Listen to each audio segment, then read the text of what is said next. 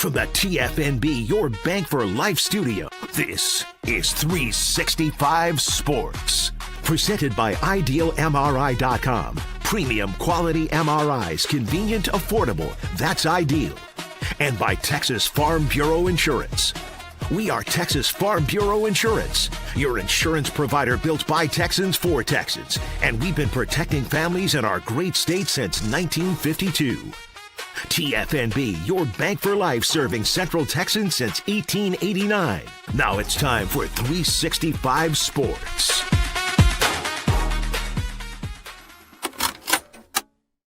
Smoak, we join you on this Monday afternoon. We know the Sweet 16. We're going to break it down, look back at the last 4 days, and especially the weekend with who advanced into the next level of the NCAA tournament. We'll hear from former Houston Cougar star guard Reed Gettis. He was a part of that Phi Slamma Jamma run back in the early to mid-90s. He'll join us at 4 on the Cougars as they maul people along the way. And we will also today hear from our 5 o'clock guest will be Craig Way, voice of the University of Texas Athletic Department, of course, with a huge run, 3 wins already in the tournament to advance with Shawn Miller to the Sweet 16. Here is the image of the Sweet 16 bracket. These are the teams left in the tournament. From top left, of course, all the way to the bottom, you can see the logos of each one of them. And that's who we have as we enter the week. In fact, there will be a tournament. Parts of the tournament will be in Houston at the Toyota Center with Houston, Illinois, Iowa, and Nebraska. Those are the teams in the Sweet 16. And now let's look and discuss what we saw. Craig, Arizona, a phenomenal team. They struggled, if you want to say that, in a nice win against a good team out of Utah State, but they have been coasting, and yet they had to fight through it on Saturday or Sunday. Yeah, I mean, they did, but they fought through it and came out on the other side with a victory, and that's all that really matters in this time of year is survive and advance, and that's what they were able to do is survive and get the win and just advance on. And so, yeah, now it's a big matchup with Arkansas upcoming, but Utah State's a really good team, got a really good coach, and they were a scrappy bunch that you knew wasn't just going to go away and just lay down or roll over for the Cats. So, yeah, that turned out to be a pretty competitive game. Ultimately, again, you just survive and advance, and that's what Arizona was able to do. But fun weekend. Shout out to the chat out there. I know there's a lot of discussion about the lack of upsets or the kind of way the bracket's going chalk in a lot of ways, even though there's been some lower seeds that have won. But it was enjoyable to kind of kick back and have basketball on for 2 days straight, or 4 days straight, I should say, and just kind of devour all of that, especially with all of the emotions and the big picture riding on the line. It was a fun weekend, so I enjoyed it. Well, here's what we're going to do. We're going to kind of look back, look ahead, look back along the way and kind of spread this out a little bit. One thing that did happen is Houston continues to roll, Paul, as they hammered A&M, claustrophobic. They had no chance. A&M, pretty good basketball team, but Houston continues to run. Here's a little bit of history on Houston, the run that they have been on with Kelvin Sampson in recent years. They have now reached the Sweet 16. Look at that. 7 consecutive tournaments dating back to the 2019 when they made the Sweet 16. Of course, they've made to the championship game. They've been a part of the Final Four. They have been dominant, and they now take on Illinois after just toying with and taking the basketball soul of the Aggies. That game was close early on, and if you want to talk about what a basketball mirage is, that was a basketball mirage because they went to, I want to say it was the under 8 timeout, and Houston was up by 5. And so if you're A&M, you're like, okay, this is right where we want a team like Houston. I mean, not right where you want is that reversed where you have a lead, but they're using their athleticism and they were doing all that and it was working out well to that point. After that timeout, that was the last good thing that happened to the Aggies. The last good thing that happened was that there was a commercial. That's the last good thing that happened. So the Aggies, while buckyball was great and I think exceeded everybody's expectations in year one, when you run up against Sampson ball, it is malleable. That's where buckyball is they're going to press, they're going to run, they're going to be super athletic. Well, if you have a team like Houston who can just play any other style, well, it's either going to work perfectly or you're going to have what happened on Saturday night, and that's what happened. Got a little bit of breaking news, fellas. All right, go ahead. Would you like some breaking news? I was just referring to Utah State. That coach is leaving for Cincinnati. Jared Calhoun, Utah State head coach, is now the new head coach at Cincinnati. He is going to be taking the sidelines for the Bearcats. That just coming down in the last, literally 3-4 minutes while we've been talking. Jared Calhoun, Utah State coach, has agreed to be the next coach at Cincinnati, returning to his alma mater. 44-year-old, fresh off of back-to-back NCAA tournaments, according to Matt Norlander. I'm just reading his tweet. Been Cincinnati's top target for weeks. So there you go. Yeah, there we go. And we'll have news on the former head coach at Cincinnati here momentarily. Calhoun was also a name that you thought would be a part of that search at Arizona State as they continue that. Kingston Flemings, remember him? He's the one that when he was at the podium after the first, the round of 64 was walking away. Kelvin Sampson sitting there. He and a teammate were walking away, and he goes, "Can I have that?" He was looking at the name tag. He got the name tag. There's a teammate taking a picture. He was so thrilled. Kelvin Sampson said, "Man, what a freshman moment that was. Great player. He'll be drafted after it was all said and done." And that's going to hang up in his apartment or house. I'm sure it's going to be nice until he lets a lady move in with him, and then it'll go in a box. It'll go into the men's, if there's any kind of walk-in closet or maybe a separate bathroom with the wife and the husband. You're right. So he got it. Good for him. Tremendous win. Houston dominated the Aggies. And then there is the scar of the University of Kansas. We'll get into Bill Self and his future because he talked about it in the postgame after last night. Here is a run of where they have been on. They have now not made it past the round of 32 since 2023. They won the national title in 22. They were knocked out second weekend game in 2023. They were the number 1 seed. They were knocked out as a 4 seed. The next year, last year, the 7 seed, they did not get past the round of 64, and they just were knocked out as a number 4 seed for KU. Rez, I think we have the audio. Bill Self, after what was a devastating loss because St. John scored at the buzzer, and KU made this nice run near the end, the last 3 to 5 minutes. You knew they were. Here is Bill Self after the game discussing his future and what he wants or what he sees moving forward. We don't have that. Okay. He said he wanted to go home, visit with the family. He said he's feeling good, but there have been some health issues, of course, with Bill Self. And my goodness, you saw KU fans react to this. They're not used to this. They're not used to being knocked out and not getting very deep. They're used to being in the Elite Eight, Sweet 16. Self did not, to me, sound like he was leaving, but just contemplating where he is right now. I think he is hedging his bets because he said it's not about not wanting to coach. It's not about any of that. He wants to coach. He wants to do that. His health is going to dictate it, and we'll see where his health is. He says he feels as good now as he has since before all this stuff started to happen to him. So I don't think he's done. I just don't think that – I think that now this is going to be a year-to-year thing with him where is this the end? Is this the end? So I think he's got at least one more year left in him. I think he found a little bit of life with this team in particular. And that was because they were kind of the Bill Self team of old where they were gritty and gutty until they just couldn't be. And they showed it. They were gritty and gutty and played good defense the other night, and that was all well and good. The problem was that they fell behind early, which is when Kansas loses, it's because they fall behind and have to come back. They don't really take big leads and give them up, but they've often this year had to come back, and they couldn't come. They came all the way back and tied it and, had fouls to give and everything, and it looked like it was setting up well for them to at least get to overtime. But when you have, 2.4 seconds on the inbound, it was the perfect amount of time to do it St. John's. They substituted, brought in what they thought was their 5 best people, but obviously it was not. And Craig, what a huge win for Rick Pitino and company, and KU goes down. They had the lead, St. John's, and then I think they started realizing that. They're really good, But a huge win for the St. John and Rick Pitino to move into the Sweet 16. So a great win for the Red Storm, and Rick Pitino is just a hell of a coach. I mean, he really is just one of those all-timers, and so back to another Sweet 16 for him. They're a good story and a fun team to watch, and yeah, they gave Kansas a lot of fits and looked at various points in time like they were going to break that game open, but KU hung around and then made that great run there at the end where, they went from dead in the water seemingly to back in this thing to holy wow, they're going to probably win this game.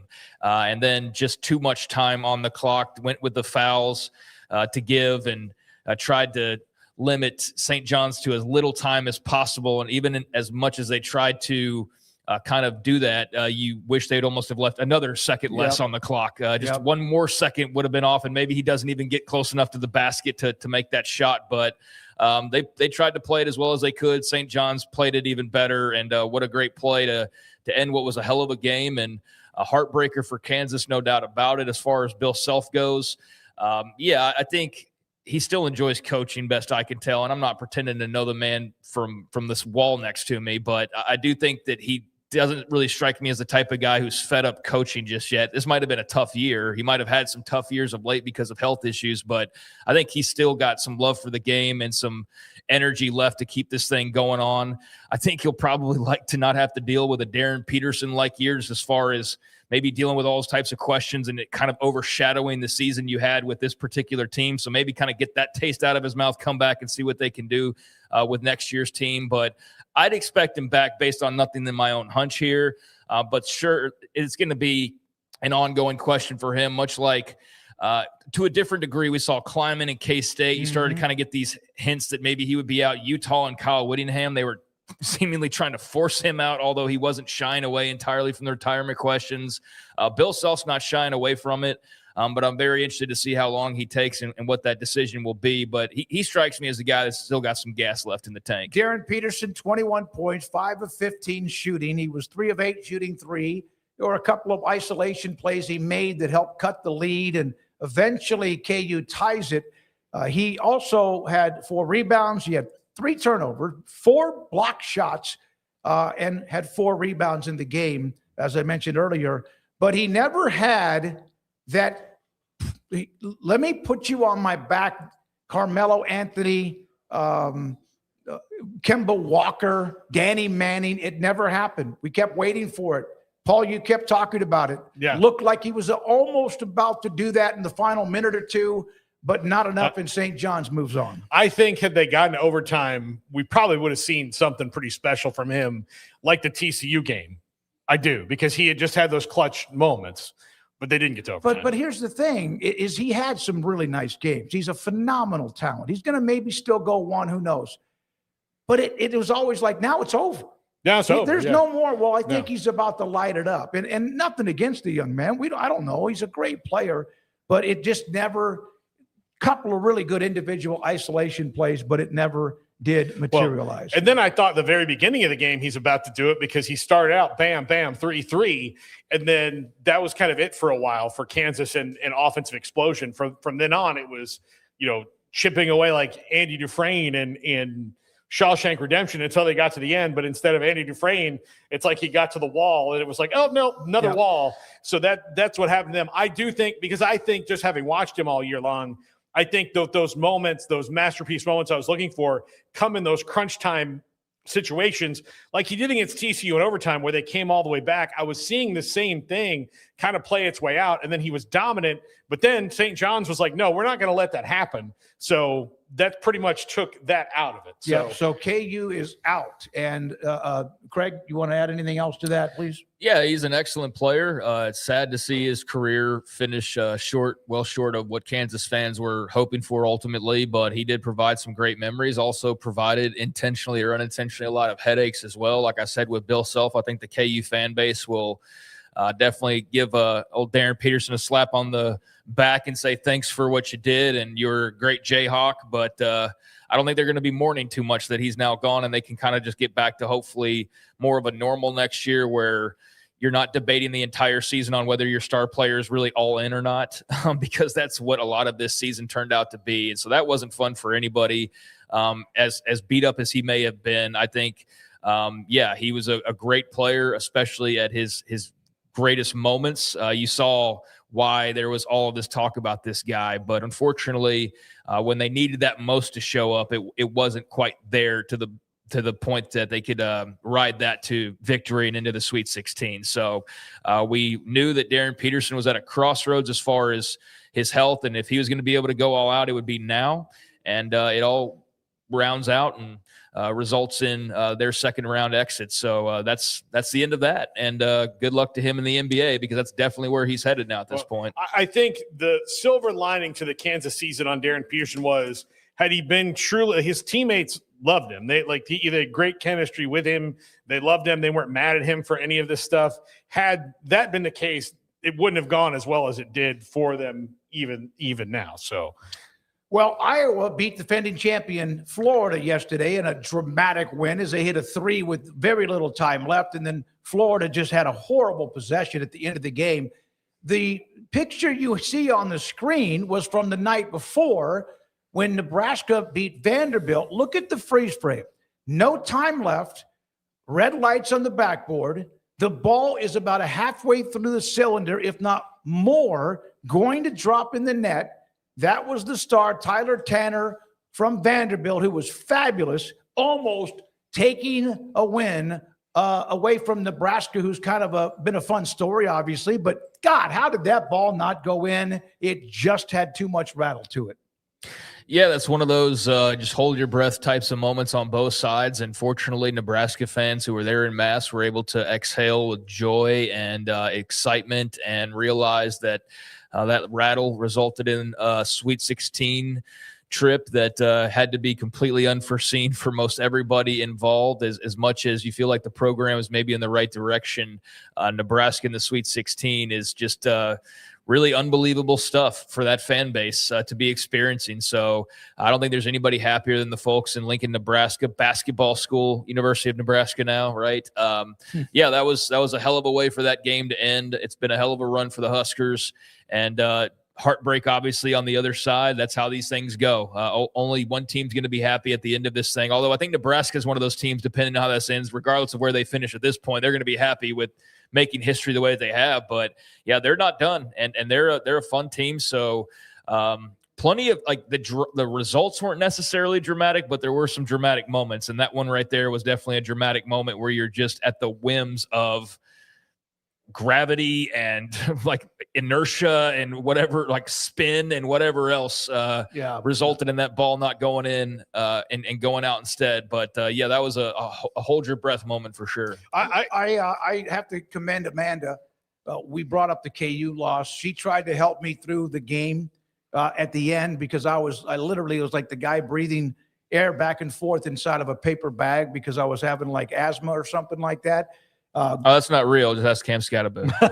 That's right. You do apologize for that today. Yeah, that's exactly I bet right. he did. But idiot. You're right. And Nebraska's had a fun run. I thought they were going to play Florida, get blown out, but now they play Iowa, who they've played already this year. And ought to be fun. There ought to be a lot of cornheads for both teams in what will be a packed crowd in Houston, with Illinois and also Houston involved too. Yeah, I watching the game, it was that game, the Kansas game, and a couple others are exactly what the kind of games you want. Like, it was like going to see a movie that you're excited about the trailer and then it delivering and more, all of that, unless it's the Kansas game in our household, which it almost did, but didn't. It fell short. But with Nebraska, that was just unbelievable. I mean, it's their first 2 wins in the tournament ever. Mm-hmm. And this is not Nebraska of, we opened the satellite campus in 1987. This is the original campus of the University of Nebraska system. This is the one. This is where all the bosses live, and they have never won an NCAA tournament game. So now to get 2 and to win it in that fashion is crazy. And And Vanderbilt made some mistakes right before then that made them have to take that long three. And I thought, well, that's it for them. And when that thing was in, I've never seen a ball go that far down the basket and not go in. Yeah, I've seen it bounce. I've seen it rattle a little bit, but that one, literally, he hit the ball right between that square rectangle behind the basket, and you saw the freeze frame. It was in, and that kid Tanner's a phenomenal player. God, he was really good for Vanderbilt, who shot the ball crazy. Texas is into the Sweet 16. They're the only team that has won 3 times in this tournament. They had the first 4 where they won on Tuesday night when they beat North Carolina State. Here is Shawn Miller. He is among the top 3 to 5 coaches in America. He is now the 16th to the Sweet 16 from the first 4, Texas is. He has a history that has been phenomenal. At Xavier, took them to the Elite 8. At Arizona, 5 trips to the Sweet 16 Elite 8. At Xavier the second time around, Sweet 16 in year 1, and now at Texas first year, from a team that almost didn't make the tournament to beat Gonzaga and control that game, beat BYU, control that game.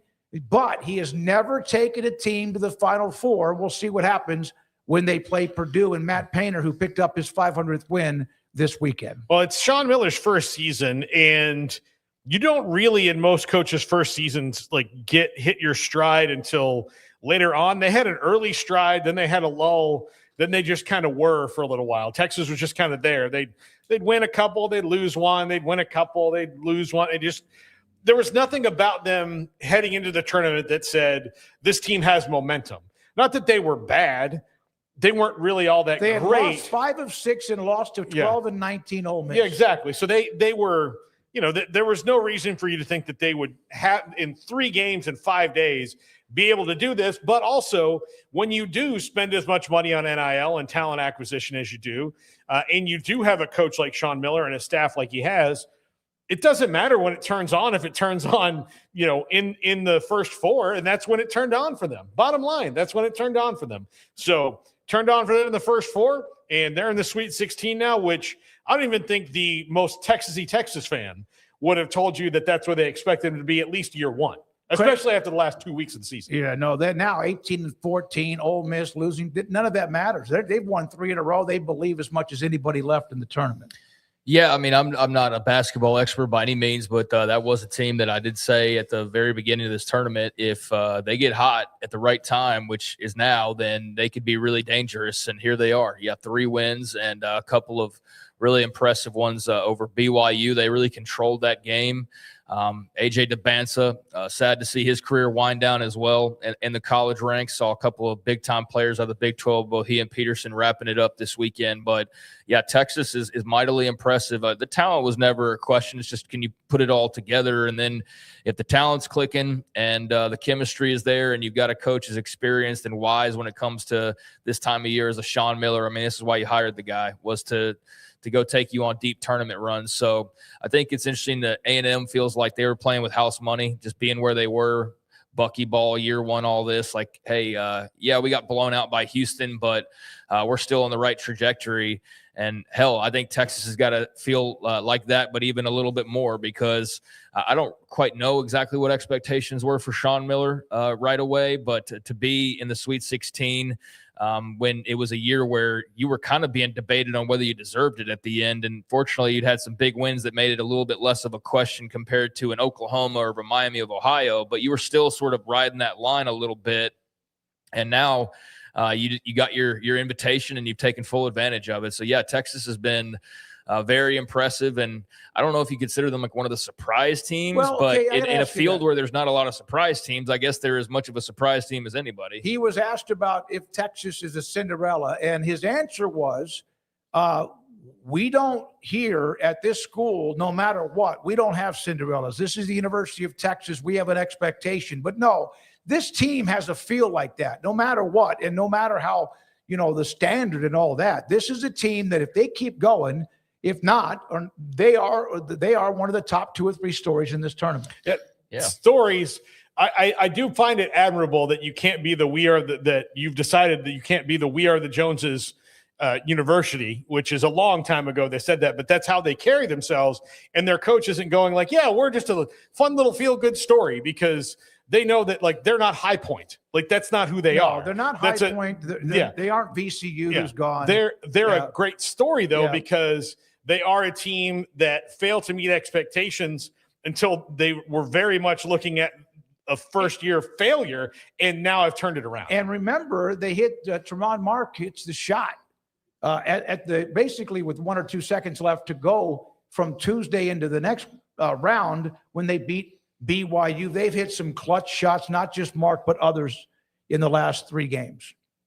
Now, by the way, they're the 6th team from in the first 4 to get into the Sweet 16, including 2011 VCU, 2013 LaSalle, 2014 Tennessee, 18 Syracuse, and 2021 UCLA. So there's a lot of what's going on today. Still much more to get to. Rez is running the mothership. Mike is helping run a lot today. Garrett, Andrew, Corey, full meal deal of a lot of people helping us out today in the studio. When we come back, not a good night for Texas Tech. Not a good night at all. They got destroyed by Alabama. We'll also look at Midwest America and the Sweet 16. We'll look at the age of some of the coaches into the Sweet 16 and what's happening with other coaching searches. And we'll hear from, hopefully have the Bill Self, if we don't, kind of give you some quotes about what he said yesterday. That wraps up the at least early surge of what we have here at 365 Sports. This 365 Sports every weekday at 3 on YouTube. It is pettycliniclowt.com. Dr. Kent Petty can help you become the high-performance man that you want to be, need to be, used to be. It means as you get older, usually starts to creep in upper 30s, early 40s. Your testosterone level within your body just starts to change, starts to drop. It has nothing to do with anything else you may have been doing right or wrong. It just starts to happen. And so Dr. Petty can try to help you out. If you have symptoms of low T, energy's not the same. You're lethargic. You're not sleeping well. Your sex drive's not the same. And then your performance, if it is not the same. Could be just one of those symptoms. It could be all of them, the full, like, bad stuff. So contact Dr. Kent Petty at pettycliniclowt.com. Tell them I sent you. They will set you up to get your blood work. He, Dr. Petty, will get your results, look at your T level, and if it is too low, he can put you in a program to help you become the high-performance man that you want to be, need to be, used to be at pettycliniclowt.com. That's my go-to guy. Can you fix my smartphone? Yes. You have car batteries? Yeah. What about golf cart batteries? Of course. Battery from a T-fob? Absolutely. My boat? Huge variety. Toy boat? Sure. Motorcycles? You bet. My apartment building? Whole building. Do you have batteries for my party lights? Yeah. Batteries Plus, the experts in charge. It's time to compete against yourself, finding too many excuses not to work out combined with bad eating habits, and Waco Regional Tennis and Fitness can help reach inside your competitive soul. Discipline, getting results you've only dreamed about, personal training, group exercise classes, and even a tanning bed, world-class tennis facility, and pickleball courts and lessons available. Waco Regional Tennis and Fitness, spacious, clean workout rooms, free weights, state-of-the-art technology, weight training equipment, and no intimidation. It's time for you to react today, not tomorrow, at Waco Regional Tennis and Fitness on Lakeshore Drive in Waco.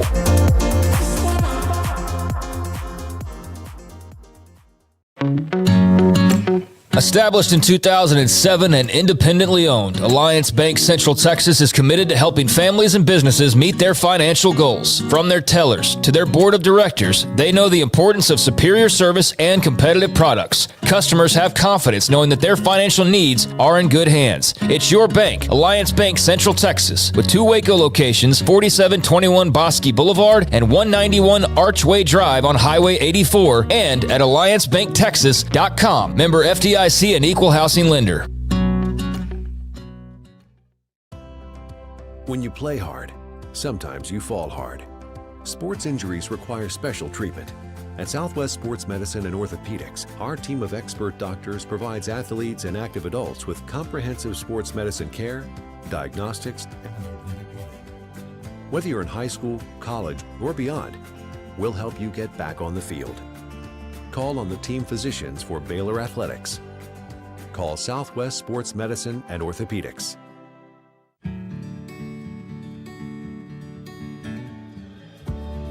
Whatever it is you wrangle, whatever seeds you sow, no matter what you nurture or what you choose to grow, at Texas Farm Bureau Insurance, we're proud to protect all Texans.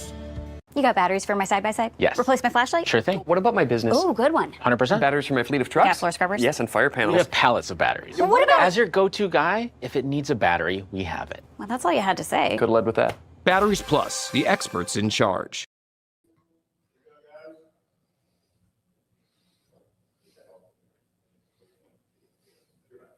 .365 Sports on this Monday afternoon. The Sweet 16 is set. The Elite Eight coming up Thursday, Friday, and then, of course, everybody, or the Sweet 16 Thursday, Friday, the Elite Eight on Saturday and Sunday, and then they had, of course, San Antonio in the Final Four, which will be a lot of fun. Houston hosting that Midwest Regional, as I mentioned earlier, Houston, Illinois, Iowa, and Nebraska. Texas Tech. Man, what could have been, right? Everybody has wear and tear. Some people just kind of get through it. The depth of that team is pretty good. They're a scratch and claw team with Grant McCaslin.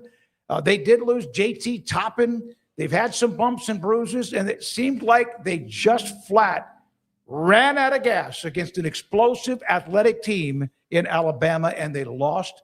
I would never have thought this. Losing to Alabama is one thing, but getting blown out by 30. Yeah, I think that they hit their physical wall. They just couldn't. And from the beginning of that game, you could see that Alabama was just had fresher legs than Tech did, and that's a bummer because they really fought through a lot this year. But and this is going to be one of those seasons that Tech fans think what might have been when it comes to the season if JT Toppin doesn't get hurt. Because I do think that changes a lot of things. Does it change whether you get beat by Alabama or not? No, but it certainly changes how Alabama has to prepare. And so, yeah, that was a real bummer to see on Texas Tech's part because they were a team that could adapt and do really well. But, man, they just did not have it last night. That was an ass whooping. I mean, that's what that was. That was an ass whooping, and that was a really tough way for Texas Tech to end things. You knew once Toppin got hurt that the big picture scenarios were a much more limited pool of outcomes than they were with him healthy. But you still felt like I think you could make a little bit of a run if things fell right for you. And they just ran into an absolute buzzsaw where with the Crimson Tide, who dominated in every facet of the game. I mean, what do you want to look at? You want to look at Texas Tech shooting 34% versus Alabama's 44, Tech 4 of 25 from 3, 16% from 3, Alabama 45% from 3. Free throws were about even, but Alabama dominated on the boards. They shot really well from beyond the arc. And I think in those categories, you won on the boards, you won shooting the basketball. It was just a bad night to be a Red Raider. They did not have an answer for Bama, and the Tide, I mean, just with a really impressive performance overall. So you hate to see the Tech story come to an end because it very much you knew it was going to be if it didn't end a national championship, a what if regardless. Even if they got to the national championship game, like, well, what if JT Toppin was healthy? Yeah. What if JT Toppin was healthy? And unfortunately, that's what I think the end question is going to be to this season. But it was still a really good season. He was incredible while he was there. And the good news is he'll probably be back. I mean, based on what you guys have said, he'll probably be back. So they can run it back with a slightly different team and hopefully be able to keep that together for an entire season. But yeah, Texas Tech, very much a what if, and even then a great season and a really good step forward. Aiden Holloway did not play, remember? He's suspended or not even on campus anymore. So they play without their star guard at Alabama. They out-rebounded Tech by 12. They dominated the game, and it just got worse and worse and worse. And Texas Tech ends their year 23-11. They had 4 wins against top 10 teams, but the gas tank just went empty. No, and I figured, I actually had them picked to win that game. I don't know. I thought they'd maybe be able to win another one. I don't think I had them going past that. But when you look at that game, it was just mind-boggling how quickly that got out of hand and how ugly it did get. I mean, to sit there and be down 20 plus at halftime and really have no chance to dig yourself out of that hole, even though there was a whole nother half left to play. Excuse me. It was just, it was a tough watch from a Texas Tech perspective. From, hey, I'm going to root for the Big 12 for that fandom.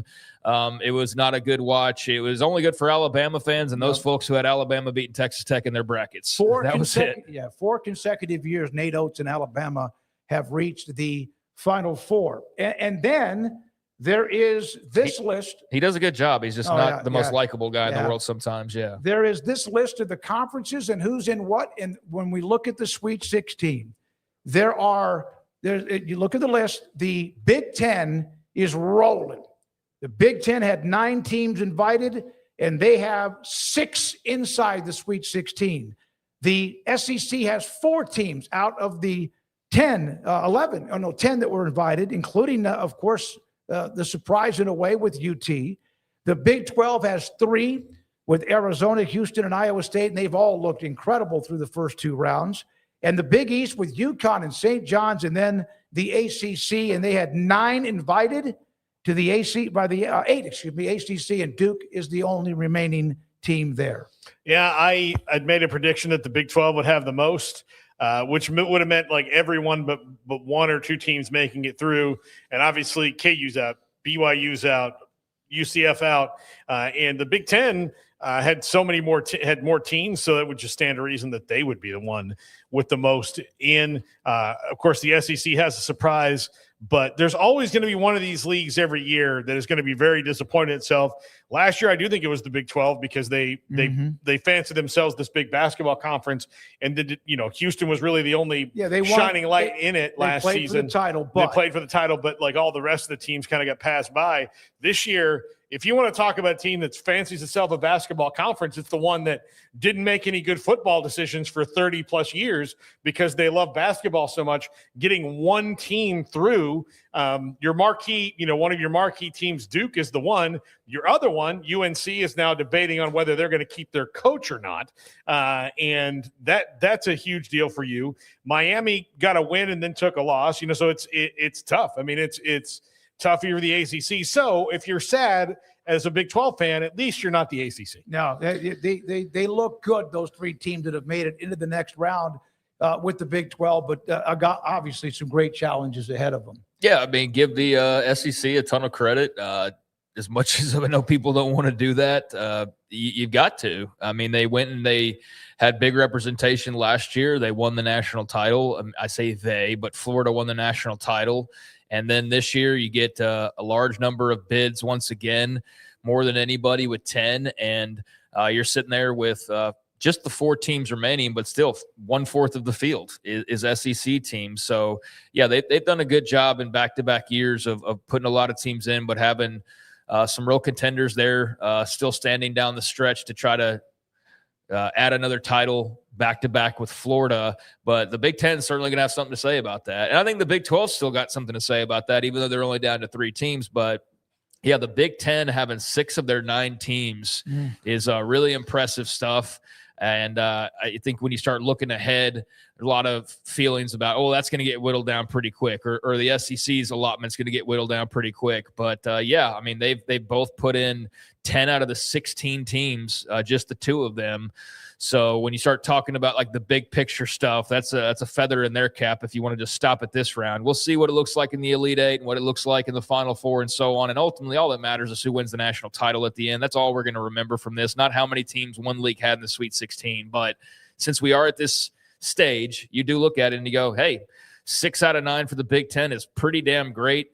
4 out of 10 for the SEC, with Texas being a surprise, is not bad. And then Big 12 with 3 out of the 8, and I feel like you really like all 3's chances to keep advancing.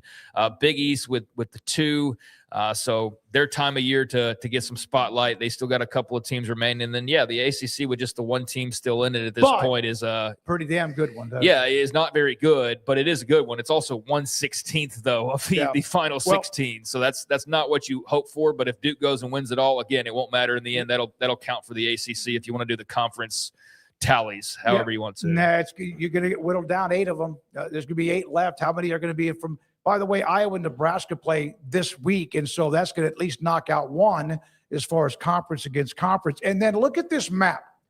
This is from our good friend Adam Rittenberg. There's the United States map, and I don't see Hawaii, but the United States map. And in that circle are the following schools in that circle in Midwest America: Michigan State, Iowa, Iowa State, Illinois, Michigan, Nebraska, and Purdue. All of them in that circle. That's why there's the movie called Hoosiers, and they have all of that other stuff. But guess who's not in it? Indiana. Yeah. No, I think they'll trade off a little bit of basketball success for what they football. did football. This is like, look, here's what they did. They prayed to the sports gods and said, "Can you please bring us some joy?" And he's like, "Look, we're out of, like, you've already used up all your basketball things." When Bob Knight chucked that chair, that was the last of the basketball coupons that you had. But you have all these football coupons you haven't cashed in. And they're like, doing them all this year. Yeah. Like pushing it all. They shoved it all. Doing it all this the year. Yeah. But it does. Yeah, that doesn't matter because they won football. But that is, basketball is huge in the Midwest. It's always been huge in the Midwest. So it shouldn't be a surprise that you've got all these teams that are so good. And two of them, Iowa and Nebraska, huge rivals. Whoever punts 5 times or more wins the game, right? And that one. Michigan State. There's all sorts of rivalries involved. By the way, you know who I love from Michigan State? I love Jeremy Frears. I'm going to get to a story about him. Yeah, I love him. We'll get to a little nugget about him. He was one of my favorite players to watch this weekend. Greg, anything else on that one? Okay.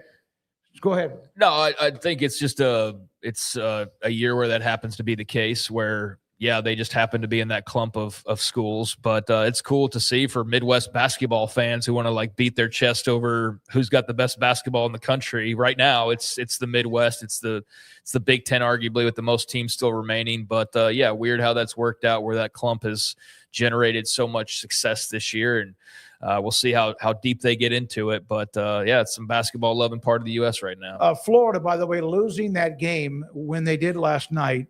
Only one defending champion in men's basketball since 2007 has advanced past the Sweet 16, and that was 2024 UConn. Remember, they went, back-to-back the last time, UConn, but takes before that all the way back to 2007 for the defending champion to get back into or past the Sweet 16. Now, NIL is going to force a lot of old coaches out of the business. We've seen that in both football. We've seen it in basketball. Look at these ancient relics. Rick Pitino, 73. This is from Dan Wetzel. Tom Izzo is 71.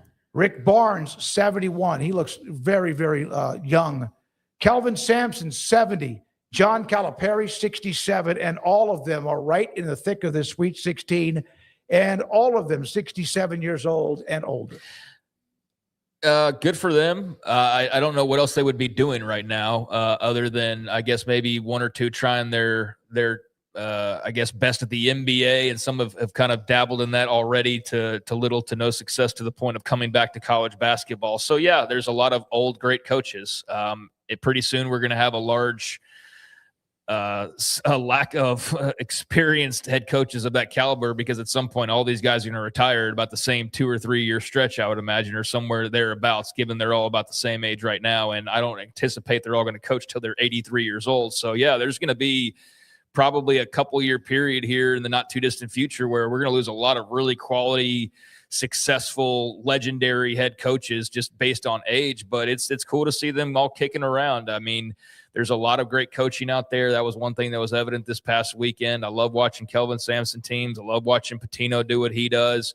Rick Barnes, even though I didn't always root for him when he was at Texas, couldn't help but respect the guy as far as the basketball teams he put together. And so, there's some old heads out there that are doing their thing right now. And NIL has run a few people off, but I mean, again, what's Rick Barnes going to go? He's going to go coach the Pistons? Like, he's a basketball coach. So NIL or no NIL, like, they got to, just like everybody else, roll with the punches. And so they're doing that. And no surprise, good coaches are still good coaches, and they have good teams. I'll just use Rick Pitino as an example here. You think NIL being legal was going to make him less effective? Oh, no. He's like, no, we have to pay. Oh, like, I can't be a part of this anymore. I mean, this is a guy who got suspended and in trouble for those same kind of things. So now that it's, again, like he doesn't have to, there's no cloak and dagger about it. Yeah, of course, somebody like that. By the way, Arizona State is hoping their new coach is added to this list soon because they have hired Randy Bennett from St. Mary's, who's 63. Yep.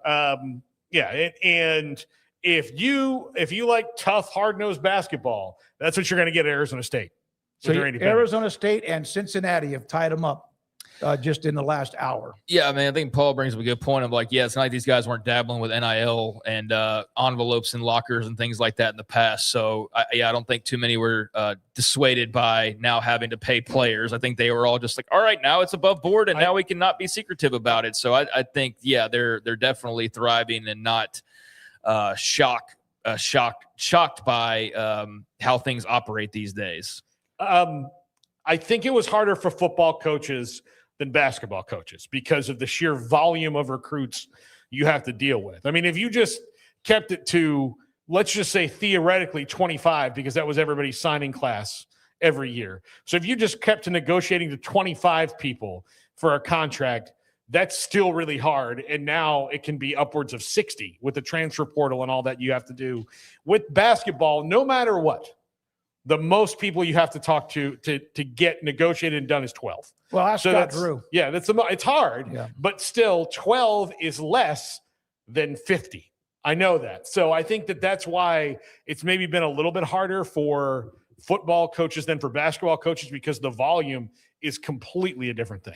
Yeah, and on the new coaches now, Randy Bennett's going to be joining Arizona State. I think that's an excellent hire. I also think that Jared Calhoun is an excellent hire for Cincinnati, and obviously a guy who's not going to take very long to know his way around the place. So a really good league in the Big 12 who may or may not have the national champion. We'll see. They don't have the best odds now at this point, but I think you love what you saw from Iowa State this past weekend, and you still feel really good about the other two as well. Houston just looking incredible, and Arizona's Arizona. So those are three really good teams that could definitely find themselves hanging around for a while longer. But there's no denying that year in, year out, it is arguably the toughest regular season league. You can debate that if you want to, but you can't debate it and not include them in the conversation because otherwise the conversation is not a real conversation about the toughest league. So the toughest league for some, and in some years maybe it in fact is undoubtedly going to get even that much tougher now that you bring in a couple of guys like that to go and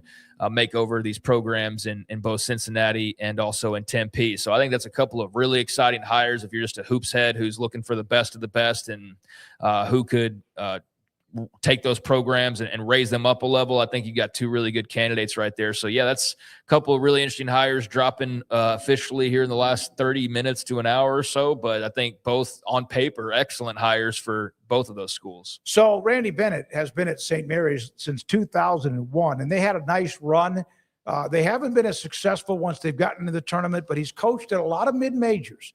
Assistant at a volunteer assistant at San Diego, grad assistant at Idaho, assistant at San Diego again, Pepperdine and St. Louis, and then he goes to St. Mary's and ends up having one heck of a run and also took them to the NIT quite a bit. So Randy Bennett in Arizona State, Cincinnati gets Jared Calhoun. They're both now locked in. He's going to have some great views again, by the way, geographically. He goes from a bit of a different climate, but St. Mary's in Moraga, California, beautiful, beautiful campus. It's not quite Pepperdine, Smokey, but God in heaven, there is none. There's no Pepperdine, but it's very beautiful up there in Moraga in the Bay Area. Really, really pretty. I was actually, one of my friends got married at an older part of their campus that now is a wedding venue. Used to be a convent, as a matter of fact. But he now goes to Tempe, which, move on out to what do they call it, Camelback Ranch around that area, and you're going to have a nice view no matter what. So, no, I love love the views and how clean and crisp at times is. The weather can be brutal, but I love Tempe, Phoenix, Scottsdale in that area. I love it so much.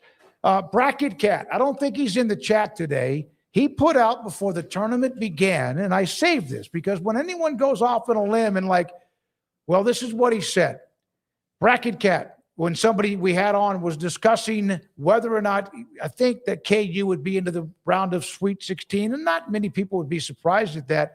He said, now he's a K-State fan too, this dude is on crack. KU will be lucky to reach the Sweet 16.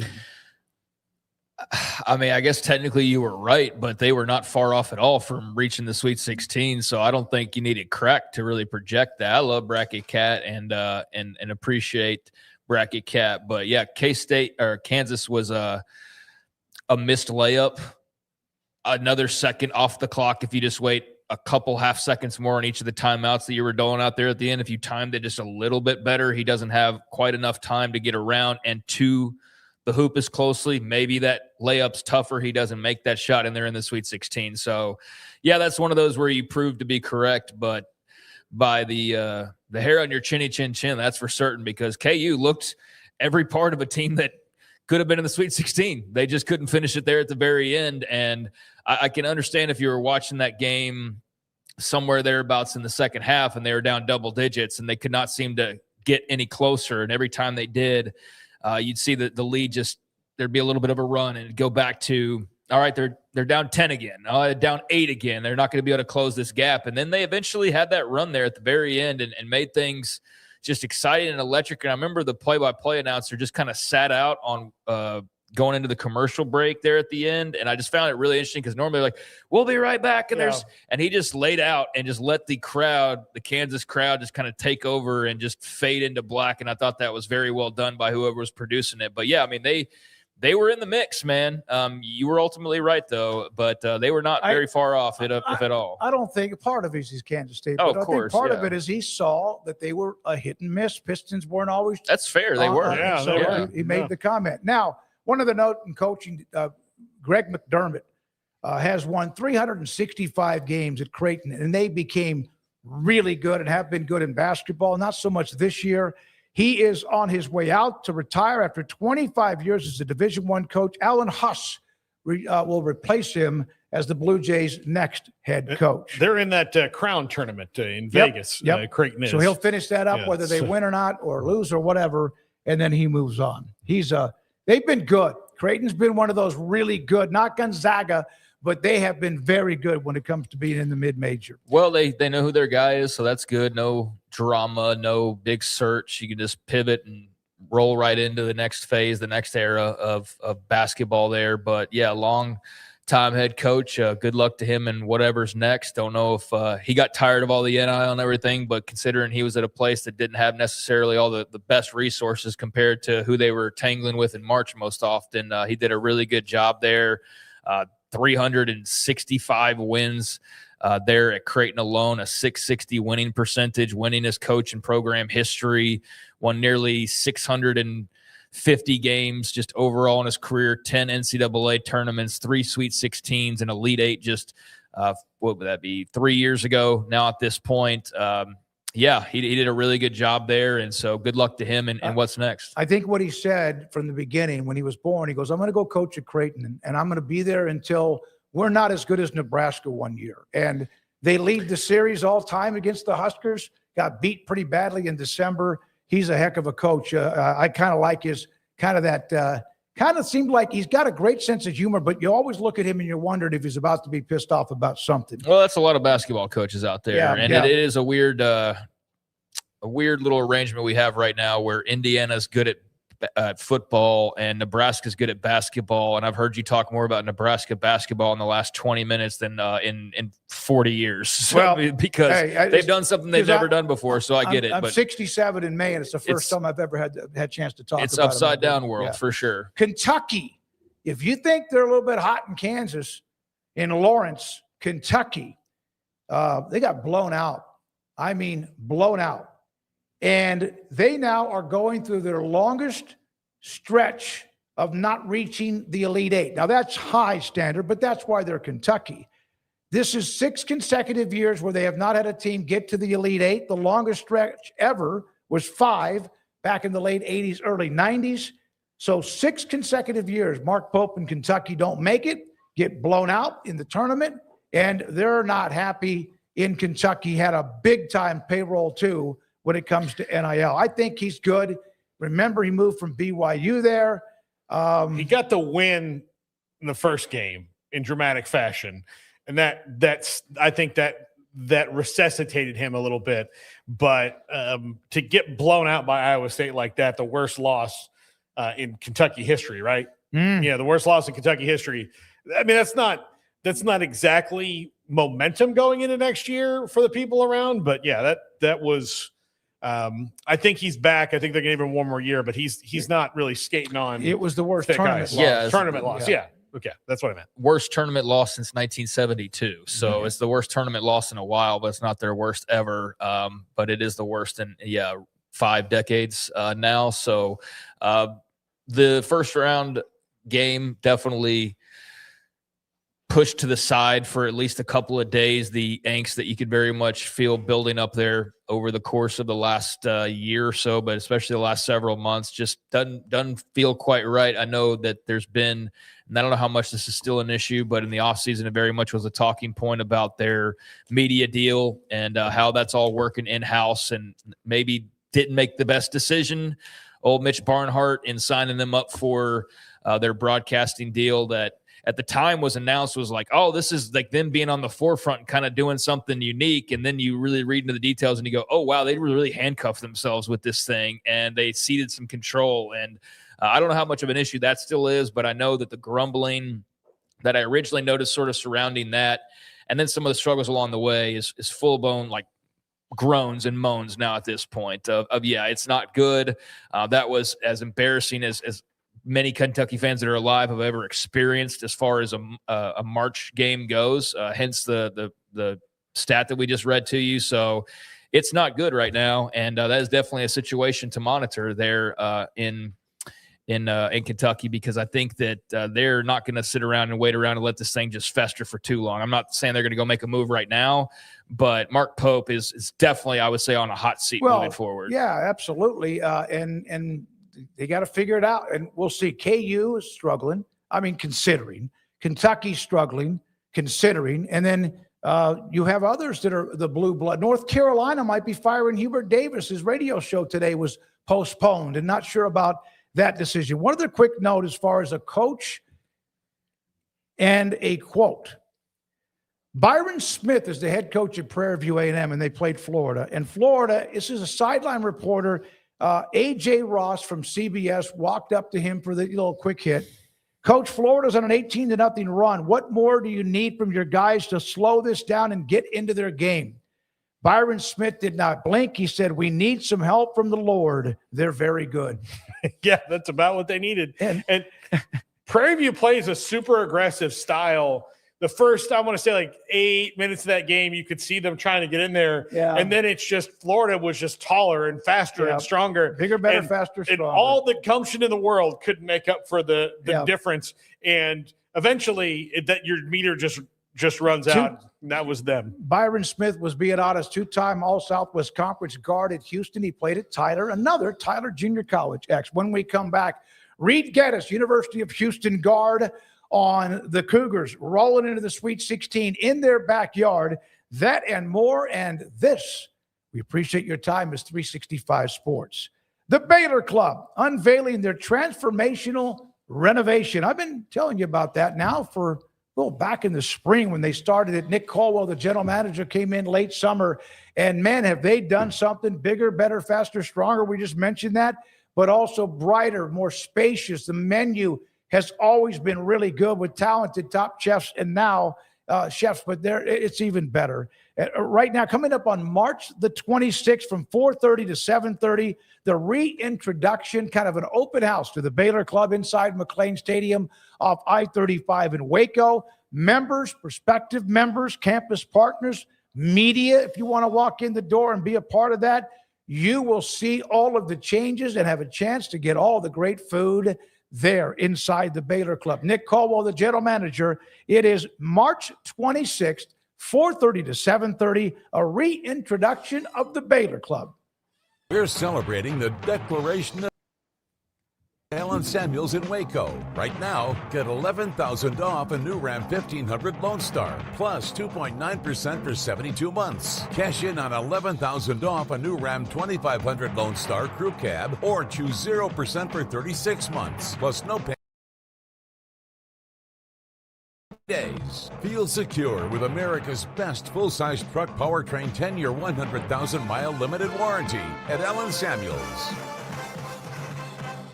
I pitched in the major leagues for 24 years, and let me tell you, I can feel it in my joints. Shoulders, elbows, and knees. Trust me, pain when you do. I tried everything to get rid of the pain. Nothing worked until QC Kinetics. Baseball legend Roger Clemens and other patients are getting lasting relief with QC Kinetics regenerative treatments. No surgery. I trust QC Kinetics. You should too. Let's commit to getting rid of all the pain. Schedule your free consultation today. QC Kinetics. Better starts here. Petty Clinic Men's Healthcare in Woodway is now proud to offer you men an exceptional weight management body sculpting product called semaglutide, also known as Ozempic or Wegovy. Semaglutide is an FDA-approved weight management medication. Once-a-week injections of this powerful medication offers an average body fat weight loss of 20% within the first year of treatment. In addition to body sculpting, semaglutide also normalizes blood sugars and has the clinical research proof of reducing blood pressure, cholesterol, stroke, and heart attack risk. If you're like most men and you have stubborn fat that will just not respond to typical diets and exercise, then help is finally here. Semaglutide. Affordable, highly effective. Google search Petty Clinic Waco and reach out to the Petty Clinic team today for a free consultation with Dr. Petty to see if semaglutide is right for you. Go to pettycliniclowt.com.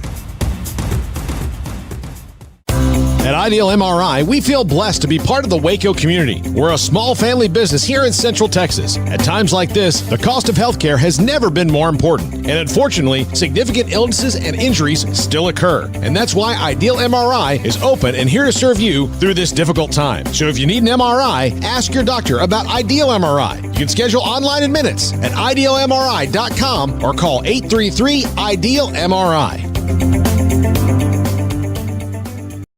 4 o'clock hour is brought to you by Stonewood Dental, your one-stop shop for your dental needs, specializing in teeth cleaning, fillings, crown, sealants, root canals, IV sedation, extractions, implants, bridges, dentures, full mouth restorations, and bioaesthetic dentistry. Our priority is your comfort from the moment you walk through the front door. Stonewood Dental in Robinson, Texas. Now it's time for 365 Sports. Is this y'all FaceTiming? No, I'm checking. 365 Sports working on Reed Gettis, a former University of Houston guard, and Houston marching right through. They just look good. They do so many things well. They're not unbeatable, but man, they're used to being where they are, and they have, of course, Illinois and Brad Underwood. We haven't said much about him. He was there at Oklahoma State for a little bit. He was at Stephen F. Austin, and Illinois continues to run on hot too. They're doing well. Good match. What a region. Those two alone would be a great regional with Houston and Illinois, but they got to play in the Sweet 16 round. Yeah, the 2s versus 3s all across the board are great matchups. That's one of them. We don't get one, 2 versus 11 with Texas and Purdue, but we get one with UConn and Michigan State. We get one with Illinois and Houston, and we also don't get one, but we get 2 and 6 with Iowa State and Tennessee. And I think Tennessee, to me, was always a better team all year than Virginia anyway. So, but all great matches across the board. But those are two. I'm wondering what I think the best coaching matchup is between the other 2 3s. Is it Dan Hurley versus Tom Izzo, or is it Kelvin Sampson versus Brad Underwood? No, probably Hurley and Izzo. Yeah, but because those other guys haven't won titles, it's still really good. You have those 2 games. You have a young coach that's been very successful, and 2 guys that are the old, really tough, strong, championship pedigree veteran coaches. By the way, speaking of the tournament, we haven't said this. We're waiting on Reed Gettis. Zach Gelb, who does a show right before we do from 1 until 2:45 or so, leading the 365 Sports Bracket Madness Promotion. He has 530 points. Garrett Ross is in second place, and Craig Smoak and General Ursus, a big Tennessee fan, are in third place. And then a group of Ryan Nader, David Loverood, Chad Rapp, and then me at 500 points. It is, I mean, these percentages are incredible. So I have 520 points. The reason you don't see me on there. No way. I do. I'll show it to you. I prove it to you. So Garrett logged in under my ESPN login. So I cannot join our group. So I'm just out there in the nebulous area, but I'll show it. Look, you can see it right there. Right there. Oh, crap, Paul, it's fine. I mean, you said no way. I was just trying to prove it to you. So I have 520, but it doesn't matter because I'm not in first place. All right. I'm going to talk in the air for just a second. Craig, I'll go check on something with Reed Gettis. Go ahead. You guys go. Okay. All right. Well, hey, everybody. My bracket's doing pretty well right now. Nobody cares about our brackets, but No. I'm doing relatively well right now and have a bunch of teams still alive. So I feel good about where I am. And Zach Gelb obviously doing very well, but I did notice I'm at 97% within the top million. I know, again, you guys don't care, but I did find it interesting that on Friday when we left, I was looking at the percentages of the ESPN talents because they have their celebrity brackets. And by celebrity, they mean people who work for ESPN. So that term is used loosely, but some of these people are celebrities. Dick Vitale is definitely a celebrity. Jay Billis, in many ways, a celebrity. They were not doing well on Friday, and I kind of made a crack about how they were not doing all that well. But now Jay Billis, 99.5% right on his ballot, the top of the ESPN pickers, and Dick Vitale, who also was not doing well, now up to fifth, 94.5% on his bracket, along with Jay Williams right there next to him as well. So yeah, they were not doing well as far as the opening round goes. And it was just kind of funny because here's the big basketball experts who are floundering, and it's the random NFL person who's leading the ESPN bracket. But now that we've got a few more games under our belts, now you're seeing the basketball minds rise to the top. Not too much of a surprise there. And Reed, Billis from the beginning said Texas would be in the Sweet 16. So you're going to have a team like that to have those kind of percentages to eventually wear down any problems you had in the opening round. By the way, what's derailed me is my lack of faith in your Nebraska Cornhuskers, Smokey, because I thought I thought Vanderbilt was going to the Elite Eight. I really, really did. I thought they were a really, really good team, and they were. I mean, it was a crazy good game. And then, of course, my apparent abundance of faith in the Florida Gators, somewhere a team that that I always pick, always, come rain or come shine. Who? The Gators. They lost, and they got knocked out. They derailed me, and then of course my faith in the Kansas Jayhawks. But you live, you learn. I picked Nebraska to win one game, so I don't have either Iowa or them in this bracket. We are now joined by former University of Houston guard and a friend of the show, and he understands NCAA tournament what it takes. Reed Gettis joins us. Paul Catalina, Craig Smoak, and David Smoak. Reed, thank you very much for your time. It just like the sun comes up, it goes down. And Kelvin Sampson in Houston do what they do year in and year out. Your thoughts about where they are right now? Yeah, you almost run out of adjectives. And it's funny because I always hear Kelvin, every time he talks about the program, he says, oh, this is Guy Lewis's program and I'm just keeping it. Well, this is just beyond anything anyone could imagine. It's the golden era of Houston basketball. And what Kelvin has done, like you said, year in and year out is just unbelievable. It's our 7th consecutive Sweet 16, and it would have been 8, but for a half-court shot by Michigan in the round of 32. They are literally, it almost sounds like coach speak, but they're literally playing their best basketball of the year right now. They're back to early in the year. They were defending for anybody else what would have been a very high level, but maybe not to Kelvin's standards. But since February, they've been the number 1 or number 2 team in defensive efficiency in the country. They are really playing well right now. So the other night against A&M, early on, A&M's hanging with them. They go to the under 8 timeout. And then all of a sudden, that was the end of the good news for the Aggies. Yeah. What happened in that timeout that lit the fire and was like, okay, that's it. They've had their fun. We're ending this right now. The team's been very businesslike and very methodical. And it's hard to say, oh, Kelvin lit a fire under him, because he's a walking fire. The fire never goes out. But they were just so businesslike. But the A&M's the way they play the game, it's a terrible matchup for them to play us. You've got you've got two pure point guards on the floor. One of them an All-American. You've got Milos Uzan in his senior year, who's as good a point guard as there is in the country. And Emmanuel Sharp can play point. And then Mercy Miller comes off the bench. So if you're going to play up-tempo and press and speed the game up, and it's all predicated on keeping the guy in front of you, that's a bad formula for playing against us. And it got away from A&M, and then it just snowballed. You mentioned Kelvin Sampson, his personality. There's certain coaches that I love to listen to, whether he's talking about his family or whether he's talking about the Cougars in basketball, his other family, or just talking about coaching and what he demands from players. I don't know if I've ever heard any kind of player ever say anything negative about him, and he's tough on them. I mean, he coaches them old school and hard. Oh, he is maybe the last remaining old school hard on the kids. I've never, whether you think about Bob Knight or Huggins or, any of the notorious guys that were really, really hard on kids, so demanding and expectations.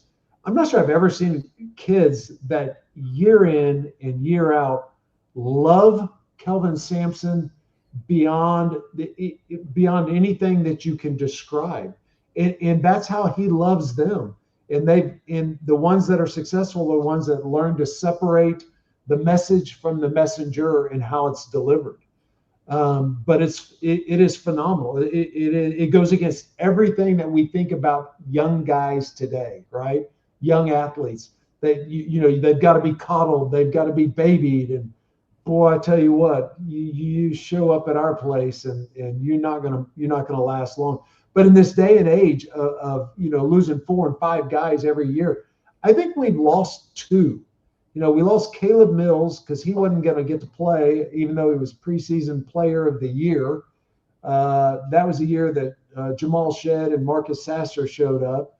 And then Tremont Mark, who went to Arkansas and then to Texas. He may have gone somewhere else in between.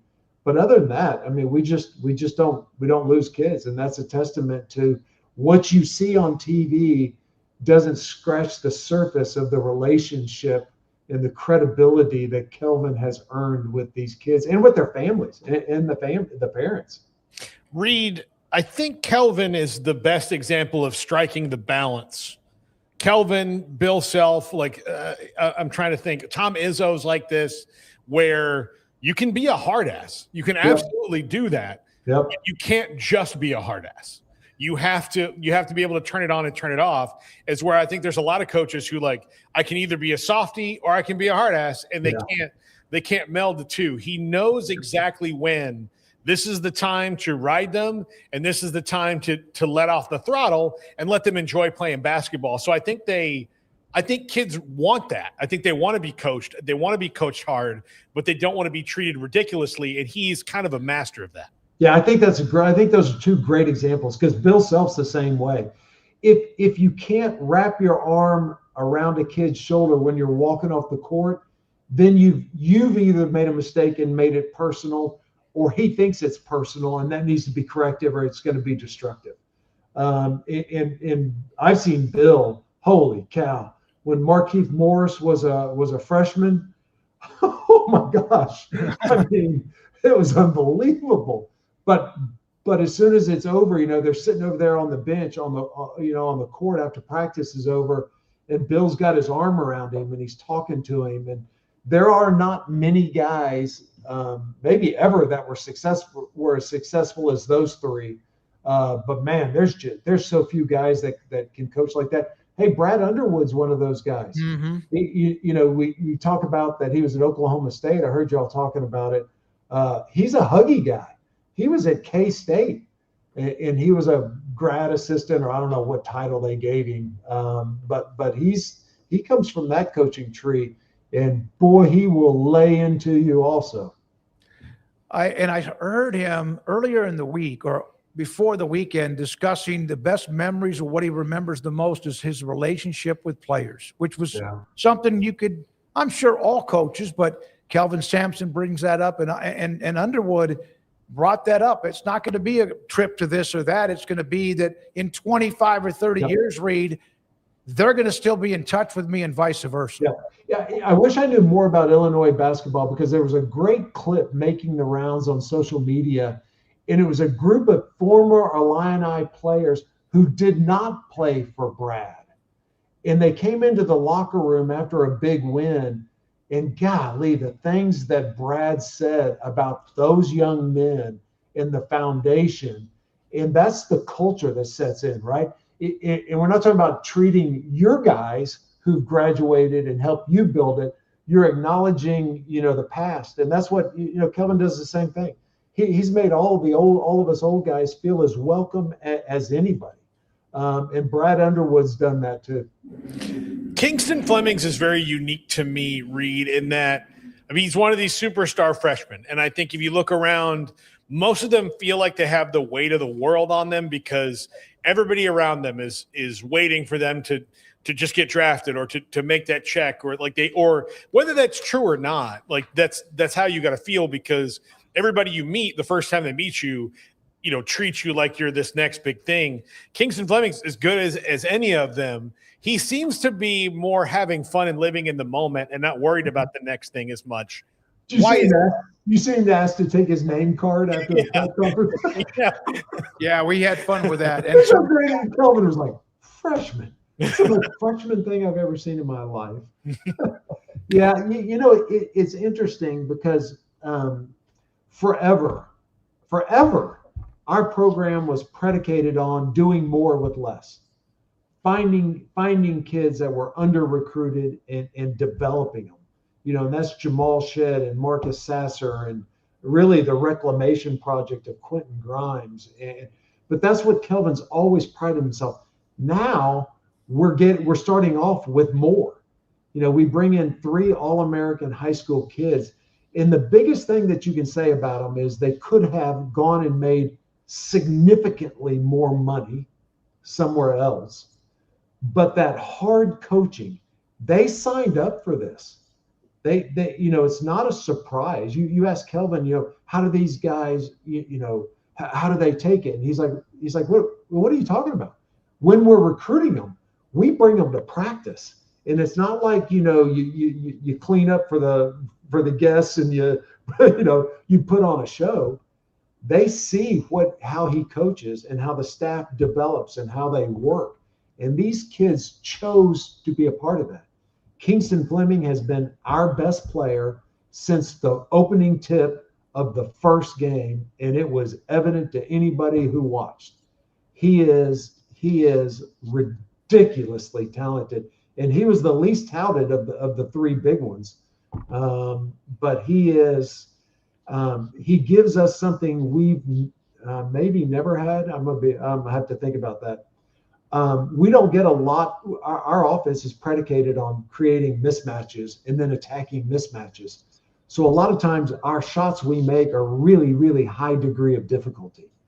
Kingston can run the same offense and end up with wide open 15-foot pull-up jump shots. And you think, oh, that was a good set.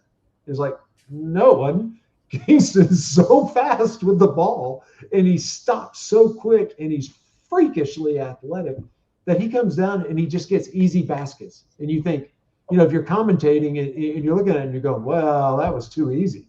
It can't be that easy. And that's a dynamic that we haven't had. I can't remember the last time we had a kid like that. Reed, I interviewed Guy V. Lewis a handful of times because I was in the East Texas market for 30-something years, and he, of course, from Arp, Texas, and a gym named after him. And what an incredible gentleman. He was your coach at Houston, and my God, the one game that still hurts me today, and I didn't play in it like you did with NC State. But what kind of man was he, and what did he teach you as far as life and basketball? Yeah, so I hadn't thought about the NC State game all day, so I appreciate you bringing it up. Oh my God! I've got a new attorney. I'm a litigation attorney at ExxonMobil. We just hired a guy, and I found out yesterday he went to NC State. He goes, "Yeah, when we were interviewing, I didn't want to tell you that." That's good judgment on your part.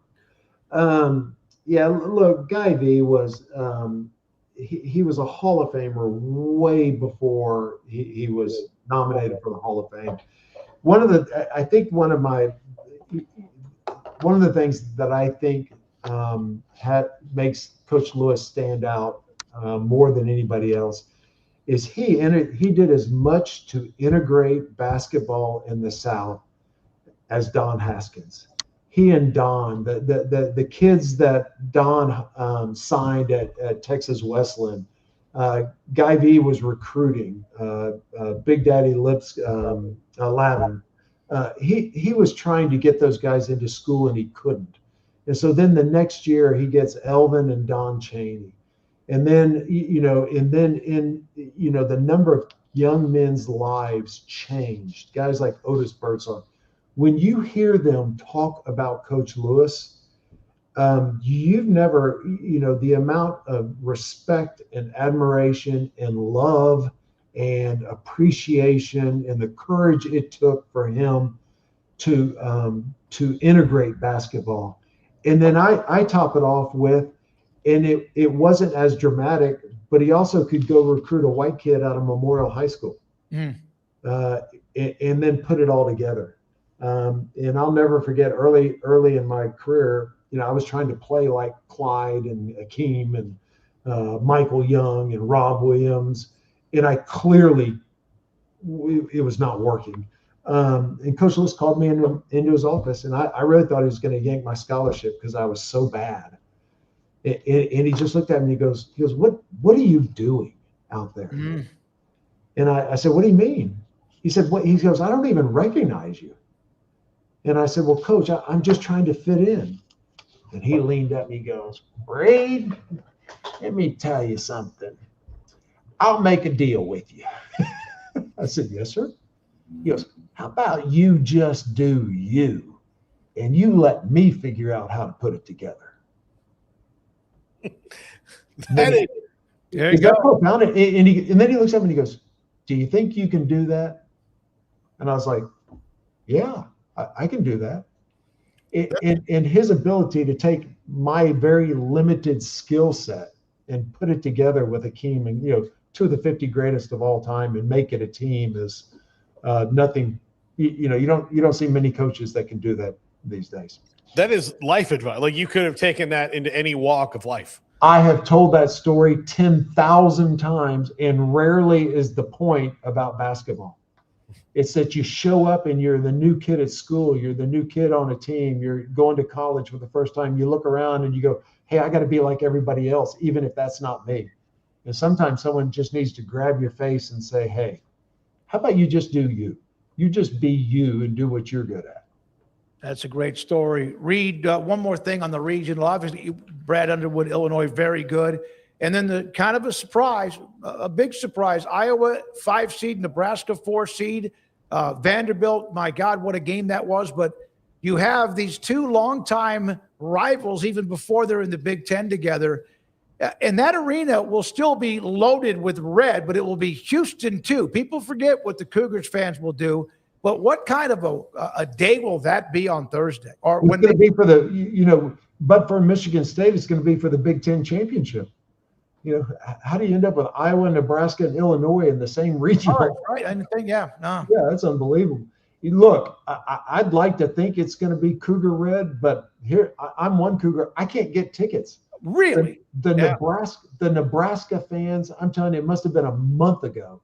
Our allocation was out, and nobody can get tickets. I mean, it's crazy how the Nebraska fans have taken over. So I could have bought one yesterday for $3,500, and I thought, I love the guys, but I'm not paying $3,500 to go watch a college game. In your own city. Yeah. That's what's crazy. But hey, credit our athletic director. I mean, how smart was it to waive our right to host it, let Rice host it, so then we could play in it. That was brilliant politics. Reed, I'll tell you a story. When Nebraska was in the Big 12, whenever they would play at Floyd Casey Stadium, they would put signs up and down, like directions how to get to Floyd Casey, and the entire visitor side. And that's back when Baylor was really bad. Yeah. And the entire visitor side, and then into, like, they would encroach on whatever tickets they could get, was full. It was the sea of red. It was ridiculous. Did you know the Fred Hoiberg story? I called a thousand of Hoiberg's games at Iowa State, and I never appreciated his dad was the coach at Nebraska. Mm-hmm. Yep. A long time ago. And I think he's still around. Now, I Googled that just about an hour ago because I was curious too. And he passed away. Had to have been right after Fred was born, because I think he passed away. My Google, look, I'm acting like I know. This is Grok. So I'm just learning how to use Grok. So, but I think he passed away in the late 70s or early 80s. But what a story. I mean, holy cow. He's going back to where his granddad, his granddad. Right, his grandfather, in the 50s. What a story. And he's doing it with his son playing point guard. Yeah, Iowa and Nebraska are going to be looking in a mirror, and it's the same team. I know. It's unbelievable. Yeah. They're never going to see so many shooters in one gym ever. Hey, it's great to see you. Appreciate what you do, and also the memories along the way, and also the insight on the University of Houston. Yet another one, 7 straight Sweet 16s or better with Coach Sampson. Thank you for your time, Reed. Okay. Talk to you guys later. Reed Gettis with us on 365 Sports, and he works for ExxonMobil, and joined us today from his office in Houston. When we come back, much more to get to, and we will. And we'll also, I hope we're going to have time, and I want to, the Maryland coach, Brenda Freese, and her player. We'll hear from her and see what she did on the sideline, which immediately when I saw that, I said, man, I had coaches like that, and I needed every one of them to tell me something straight. This is 365 Sports. Alan Samuels, Dodge Chrysler Jeep Ram Fiat, Ted Teague, general manager and CEO, and right now they've got a really good deal going on. This includes the 2026 Ram 1500 Lone Star truck, and it is special. Combines 2.9% financing for 72 months, and you get a $5,250 rebate, or you can stretch out the payments and go 4.9% financing for 84 months and still get the $5,250 when it comes to a rebate. Hot deals, great trucks, friendly folks at Alan Samuels. Truck buyers, listen up. The 2026 Ram 1500 Lone Star available at 2.9 or 4.9% for 72 or 84 months. And either way, you get $5,250 in rebates. It's the celebration of deals, the spring selling season. Alan Samuels, Dodge, Chrysler, Jeep, Ram, Fiat, Loop 340 and east of 84 in Waco. Celebration. It's 27 years for Richard Carr Motors, and we're celebrating with big anniversary savings. Encore GX offers stylish design, a quiet, refined ride, advanced safety, and a premium interior. Right now, during Richard Carr's 27th anniversary sale, save $5,000 on any 2026 Buick Encore GX in stock. Thank you, Central Texas, for 27 years. Log on, call, or come by today to find big anniversary savings now. Baylor. At Richard Carr, we give you more. Got that. Do you have that? With over 25 years of excellence in IT, Creighton Solutions is your trusted technology partner. From managed IT services to cutting-edge cybersecurity, our expert team delivers tailored solutions that drive success. Our portfolio includes products such as Veeam, Bitdefender, Microsoft, Cisco, and Fortinet. Call David Carrion and his team of experts. Call 888-522-2221 or visit us at carrionsolutions.com. Do you have that list, Brad?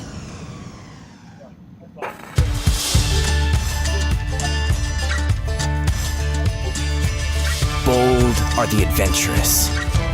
Determined are the leaders.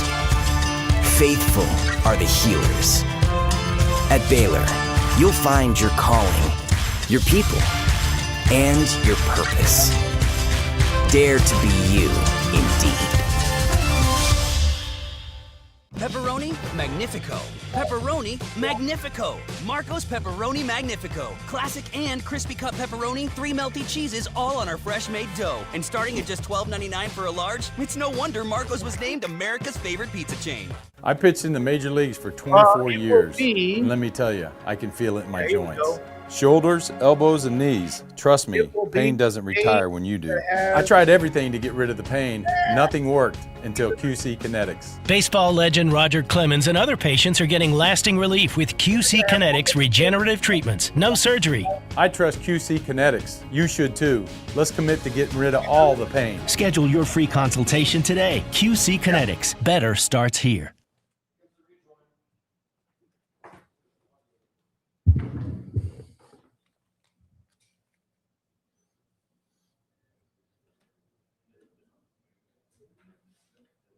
.365 Sports on this Monday afternoon. What a time in sports. Baseball's about to start. You have what's going on with the NCAA tournament. The Masters just around the corner when it comes to golf and so much more that is going on at this particular time. So yesterday afternoon, there were times when Baylor football would have a pro day, and it was slammed inside what was then the Allison Indoor when RG3 was coming out after winning the Heisman Trophy. The NFL Network and also ESPN both broadcasted live from inside. Ron Jaworski was there among others, and it was like a rock star. And of course, we know he got drafted second by the Washington Redskins at the time, and then it did not work out. He ended up playing with other teams along the way, but it was unbelievable. There's been a few other years when it was pretty good. I went there yesterday, and I went there about an hour and a half into it, right before they were getting ready to start some individual workouts. That picture on the screen when we get it there is of Baylor tight end Michael Trigg. Now, fortunately, I have known some of these NFL personnel people and also some of the scouts too. And they did interviews. Players did interviews afterwards. Michael Trigg did an interview afterwards. No one really talked for more than about 3 to 5 minutes. But I walked up to a friend of mine that I've known who's an NFL scout, and I said, tell me, on this Baylor roster from the players who were there today, how many of them do you feel like are NFL caliber that could make a team? Paul and Craig, I think that would take not very long because it's not a big group, but who do you feel like that he was probably referring to?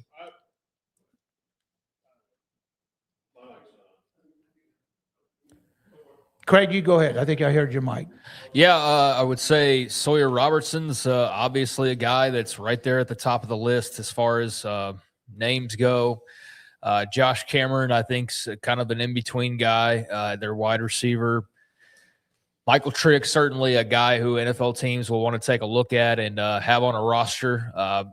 Talented beyond belief. Some issues off the field, I think, just as far as kind of what he's been about and kind of been like over the last several years. I mean, it's not like Baylor was his first or his second. I mean, the guy's been around. So I think even with the questions, Michael Trigg's talent, he'll be up there. And Jackie Marshall, I would imagine, will have an opportunity to at least make a camp somewhere. And I don't even really know the names of guys beyond that that's even taking part of this. So Michael Trigg, and watching him, and on the football field, he made some dynamic plays, has massive hands, and but his legs, because they're in shorts in this his legs to me were like for a tight end.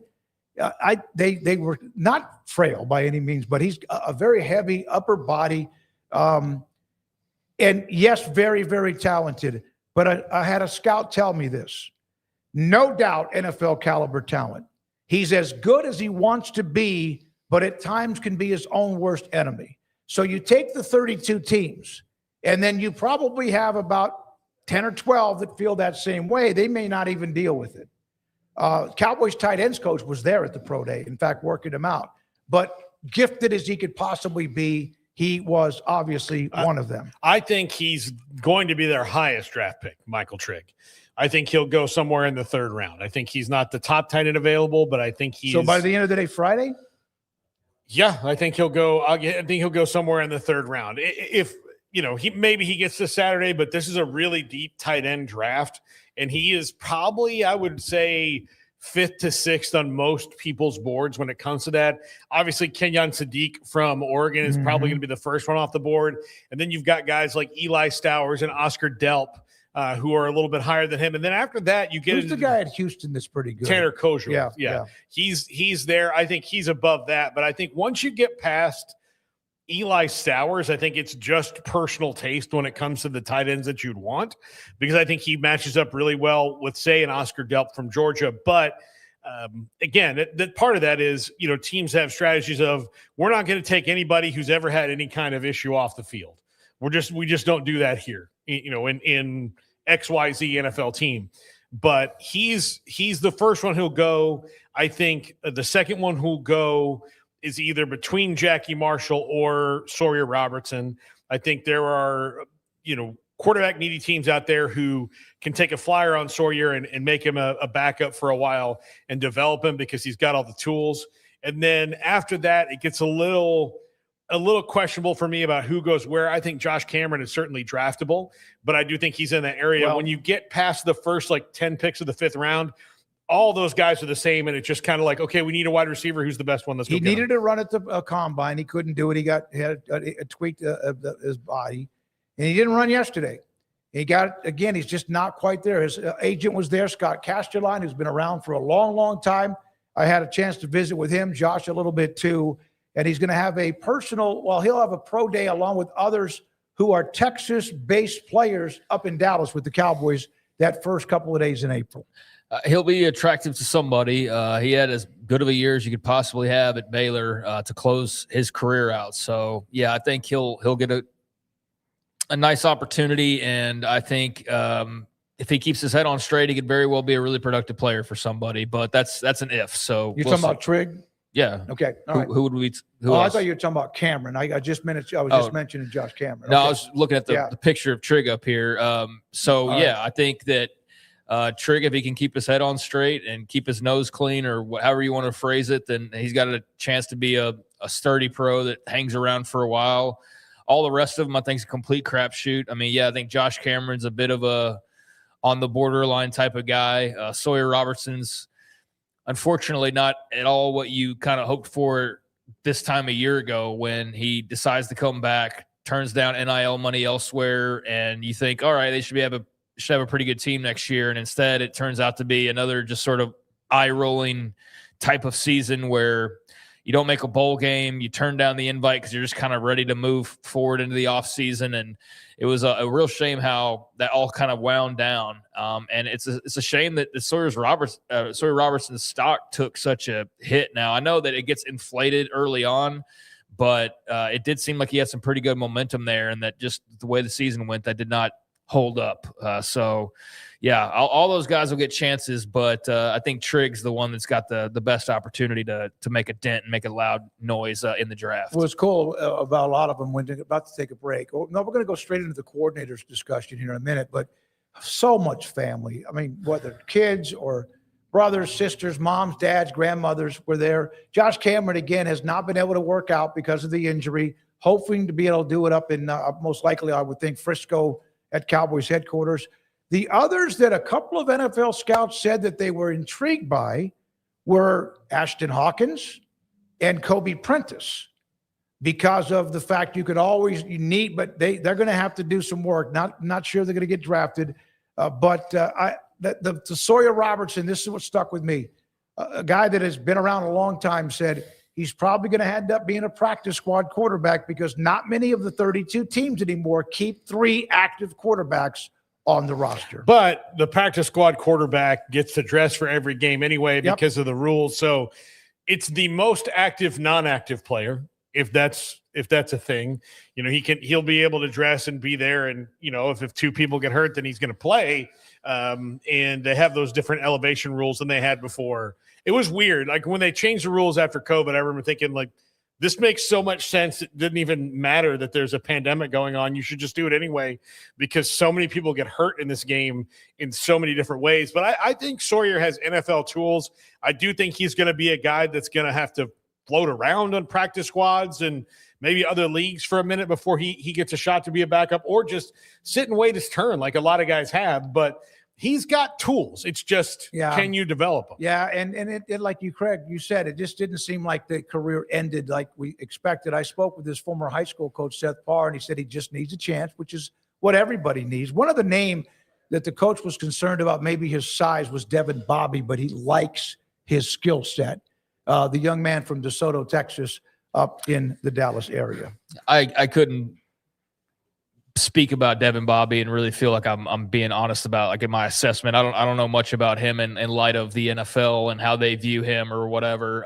So yeah, I mean that's good news for him. It sounds like better than his size being an issue, because then he's definitely not getting drafted. So yeah, maybe that will work in Devin Bobby's favor. I think with Sawyer, it's a weird year where you didn't run the football. You weren't the type of player that people expected to see. I don't know if you were protecting yourself. I don't know if you were hurt, but it took away an element of their offense that would have made them a better offense and could have possibly won them another game or two. And the fact that we still don't know why that was such a what would be an omission from the offensive game plan, I still just kind of boggles my mind. Now, maybe I need to go subscribe to some message board and they'll tell me, oh, he had an ankle injury or something like that. I don't know. Like, at least that would make sense, though, compared to he just never runs the ball. So, yeah, that was puzzling to watch this past year, and I can only chalk it up to he must have been dealing with something that we weren't publicly aware of. But, yeah, did not end on the highest of notes. He'll get a shot out there, and so will most of these other guys. And you didn't finish your thought on Kobe Prentice and Ashton Hawkins. You just said — I just said that both of them were named by two different NFL scouts, personnel people. They're intrigued by them. They, Sawyer's throwing the ball to like 6 or 8 different receivers, and Trigg. They just felt like they liked their story, the toughness that they show, but most likely they're going to have to be picked up as a undrafted free agent. Yeah, you just kind of mentioned them by name, but there's wide receivers for those people who don't know out there about those guys. So, yeah, a couple of speedy, smaller guys is part of the issue that I think was probably being pointed towards, because they are not somebody that's going to wow you with their size, but with their speed they can. And if there's a desire in the NFL these days for things beyond edge rushers and big tight ends who can play like receivers, it's to have as much speed as you possibly can. And those two guys would definitely add to that. I thought Prentice was very effective, and Hawkins had some great moments as well. So, good to hear that it was successful. Definitely don't feel like we're missing out on anything other than some interviews by being in Frisco. I mean, as far as the workouts go, I don't think there's anything that's come from Big 12 Pro Days that are like, wow, that happened. I got to tell you, that's where they needed to be on campus. And a lot of the players said that. Sorry, I wasn't trying to interrupt you. I was just trying to pass along what they said. They like being back on campus too. That's a bummer, because I really enjoyed that Big 12 Pro Day just because it was everybody from everywhere. But, yeah, if that's where they want it to be, then that's fine. Again, the four guys I mentioned, they all have the film. Like Suri Robertson has film, Josh Cameron has film, Jackie Marshall has film, and my guy Mike Trick has film that you can say, okay, they produced in this level. Guys like Kobe Prentice and Ashton Hawkins and Devin Bobby, to me, they live in that world of more potential than — I mean, Ashton Hawkins had some big moments over his career, and he was a volume catch guy for a while, but they needed more. One of the things about him that one scout mentioned to me was, you remember he went through that delay where he was eligible and then he couldn't practice and wasn't sure about whether he was going to play until late last year into the probably, I think, early summer. In the fall, and eventually was cleared to play. They liked the fact that he didn't just become an attitude problem or anything like that. When we continue now, Rez is running the mothership along with Mike and Corey. Rez, put up the graphic, if you don't mind, of the coordinators where we left off last week. We have the list of all the new coordinators, and this is the second page of what we had from last week. And both K-State, both of them, with Colin Klein, of course, now the head coach, who will be calling the offensive plays. We're going down the list of the new offensive and defensive, or both coordinators, and we're still in the Big 12 and K-State with Gleason and Jordan Peterson. Yeah, I think that it'll be interesting to see Jordan Peterson, someone that I know that a lot of teams really like and think highly of. Saying I would know something about Shawn Gleason and his offense just yet, that would be a big time lie. But it's Colin Klein's offense. They're going to run Colin Klein's offense, so that's not really all that big of a leap to say Shawn Gleason's going to be the guy who runs this, but Colin Klein's probably calling most of the plays. So. All right, we go from Kansas State to Oklahoma State. Greg, I was waiting on you. Go ahead on K-State. No, I think with Gleason, bring him over from Missouri, but Paul's right that Klein will take most of the offensive, play calling duties probably on his own shoulders. And then, Jordan Peterson remains to be seen. He said that. Klein said that he will be calling the plays, so that Gleason's going to be a part of that too. Oklahoma State, Eric Morris. You know he's going to be heavily involved in running the offense too. Sean Brophy is the new OC, and Skylar Cassidy is Oklahoma State's defensive coordinator. Yeah, again, this is an Eric Morris thing, but these guys come with him. It's going to be, plug and play for Oklahoma State from the North Texas system. We'll just have to see how well that works inside the Big 12 right off the bat. They brought pretty much as many guys as they could with them there, so we'll see how that team fares in the Big 12. I think it'll be an upgrade, but I think they're going to have a little bit of a learning curve, a little bit, and to fill a bit of the talent gap to get from maybe the bottom to the middle, from the middle to the top this year.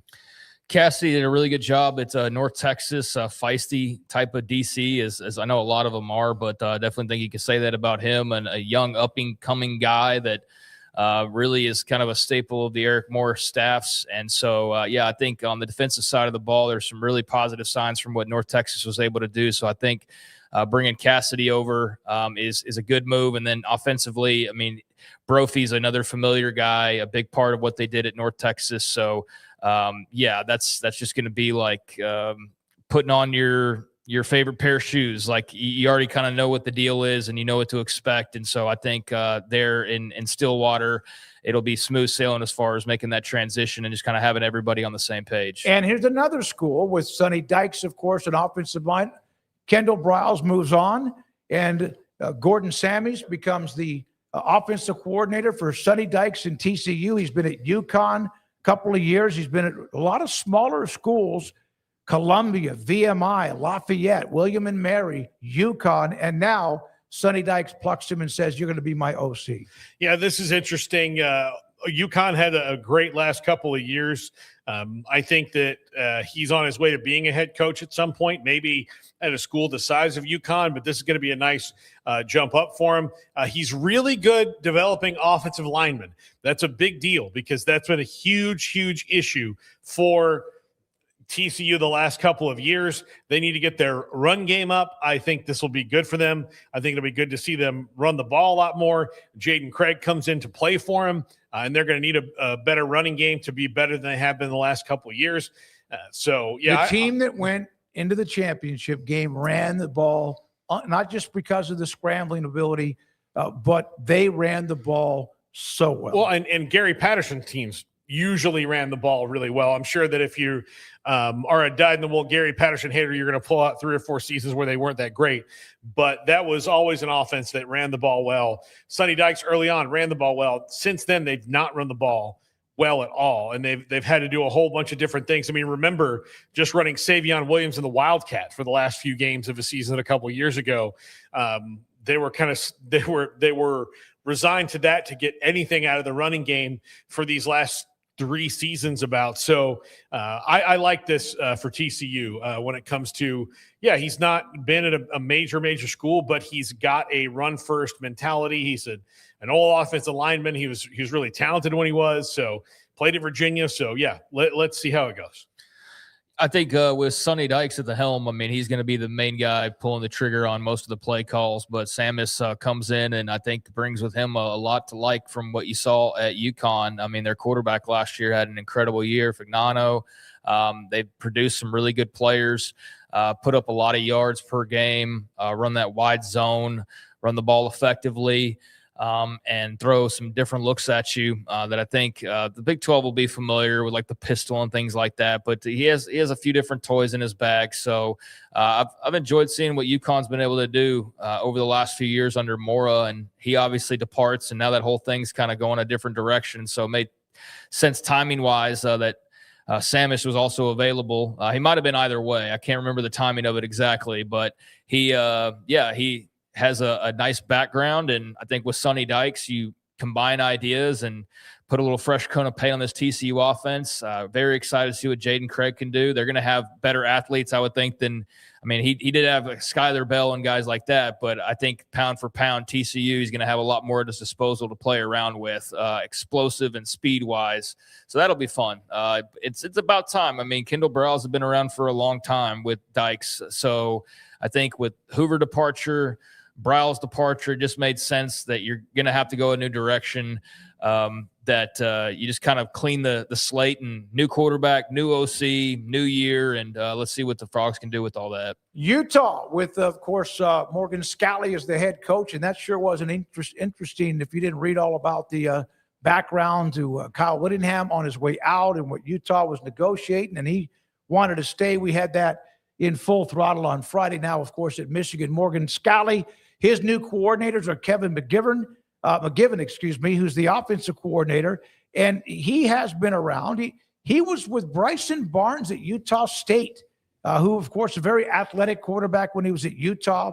He's been at BYU. Again, a lot of Oregon State for a little bit when they were in the Pac-12, San Jose State, Memphis, Southern Utah, Montana State, and now the OC at Utah with Scalley. Well, the overlap is Morgan Scalley, but it's a brand new day for the Utes this season. They're, it's all going to look, I don't know how much different it's going to look, but it's all going to look a little bit different because it's, again, a new head coach, new coordinators, all that around. The players, outside of a couple, are pretty much the same. They lost some big studs to Michigan in that, but they still have Devin Dampier and all that. So I think that when you see the defense and Colton Swan, that's Morgan Scalley's calling card. I'm more interested to see, do you continue running the same offense that you ran, or how much is it tweaked? How similar is it to the one last year, since that's different now too? I'm really excited to see what Scalley does. I think that the whole story from last week, I mean, can everything be true at once? I was going to do a short on this. Is it true that Michigan can be happy and Kyle Whittingham can be happy and Utah can be happy and Morgan Scalley can be happy and BYU can want to sit there and poke fun at Utah for this mix-up of their coaches, and either way they're still happy because Whittingham's out of town and maybe they don't think Scalley's going to be as good? I mean, I think everybody made out okay from that big controversy. That wasn't really a big controversy, but that was at least a little bit of a shake-up to the headlines last week. And, I mean, Scalley, lot to learn about him as a first-time head coach, even though he's been around for a while at this point. But, Kevin McGivern with Utah State obviously didn't have to travel far or probably go too much of a stretch to learn much about him. I think that was probably handled pretty easily. I'm excited about the Utes. They got some really fun guys on offense. They definitely need some more players around the quarterback spot, but I definitely think they found something with kind of that dual system they were running by the end of the year, and to bring both their QBs back is going to be a lot of fun as far as a starting point for McGivern in this offense. But I expect them to be explosive, and I expect them to have a good defense regardless of don't even tell me who the head coach is. Utah. They better have a good defense. I mean, that's their calling card as much as anything, so I don't expect that to change much either. And their defensive coordinator is Bray, who has spent time at Utah. He was the linebackers coach from 18 to 25, and he moves up as the defensive coordinator. Colton Swan, he played at Weber State, was there forever, and now the Utah defensive coordinator. Nothing to say. Okay. No. All right. He was a linebacker at Weber State, was a hell of a player. And Weber State for a long, long time. And another one of those schools that does a pretty good job when it comes to producing coaches in college football. So there we are through the Big 12. New coordinators, offense and or defense. In some schools, of course, with coaching changes, had to do both. When we come back in the 5 o'clock hour, we will look at UT's surge when it comes to football. And then, of course, no, I'm talking men's basketball because football's already in a pretty good spot with Steve Sarkisian. It's a school and a team that, man, they were in the first four. Win a game with a second or two left in the game. Now in the Sweet 16, and they are as confident as they've ever been before. And Craig Way, voice of UT, will join us here in just a moment on 365 Sports. Before we take the break, Paul, you mentioned Jeremy Fears of Michigan State. A couple of nuggets. He, of course, has had some issues during the season, tripping guys, whatever. He was in a press conference after their huge win, and the press conference is winding down. We've been in those NCAA press conferences or conference press, and they have a certain timeline. Then they want to move on.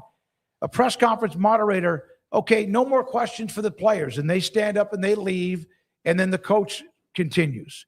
Jeremy Fears stopped the moderator, points to a person in the back. What about him? He's had his hand up a long time.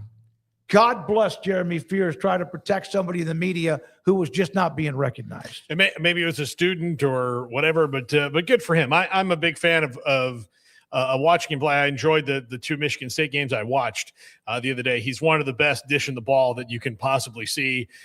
Braden Smith that produced probably the only better passer in the entire tournament, and he's now the all-time assist leader in college basketball. So Jeremy Fears is so good.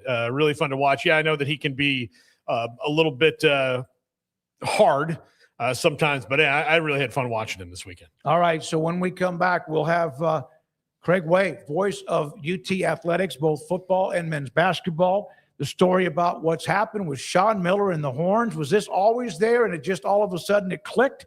That and more. And this is 365 Sports. QC Kinetics. I feel so much better. I don't wake up with pain in my hip. I can work out and not have to deal with like favoring something. I've run after not running at all, not even like slight jogging for the last 4 years because of whatever started to create this stuff in my hip and lower back. QC Kinetics has healed me. I feel great. I ran a mile this morning. I ran a mile last week at the end of the week. I've run like after not running at all or jogging at all for 4 years. It's crazy. And it just feels better. I'm not going to overdo it. I'm just enjoying it to get that little sweat going. QC Kinetics takes your natural biologics inside of your body, spins the blood or stem cells, and then puts it back in your body. They are the ones using you to fix you. Think about that. So if you have had various injections, steroid injections in your back or elsewhere to kick the can down the road, try QC Kinetics. We have numbers at the bottom of the screen, 972-972-8610 in Dallas, and in Houston, 713-913-5285. I have tried everything.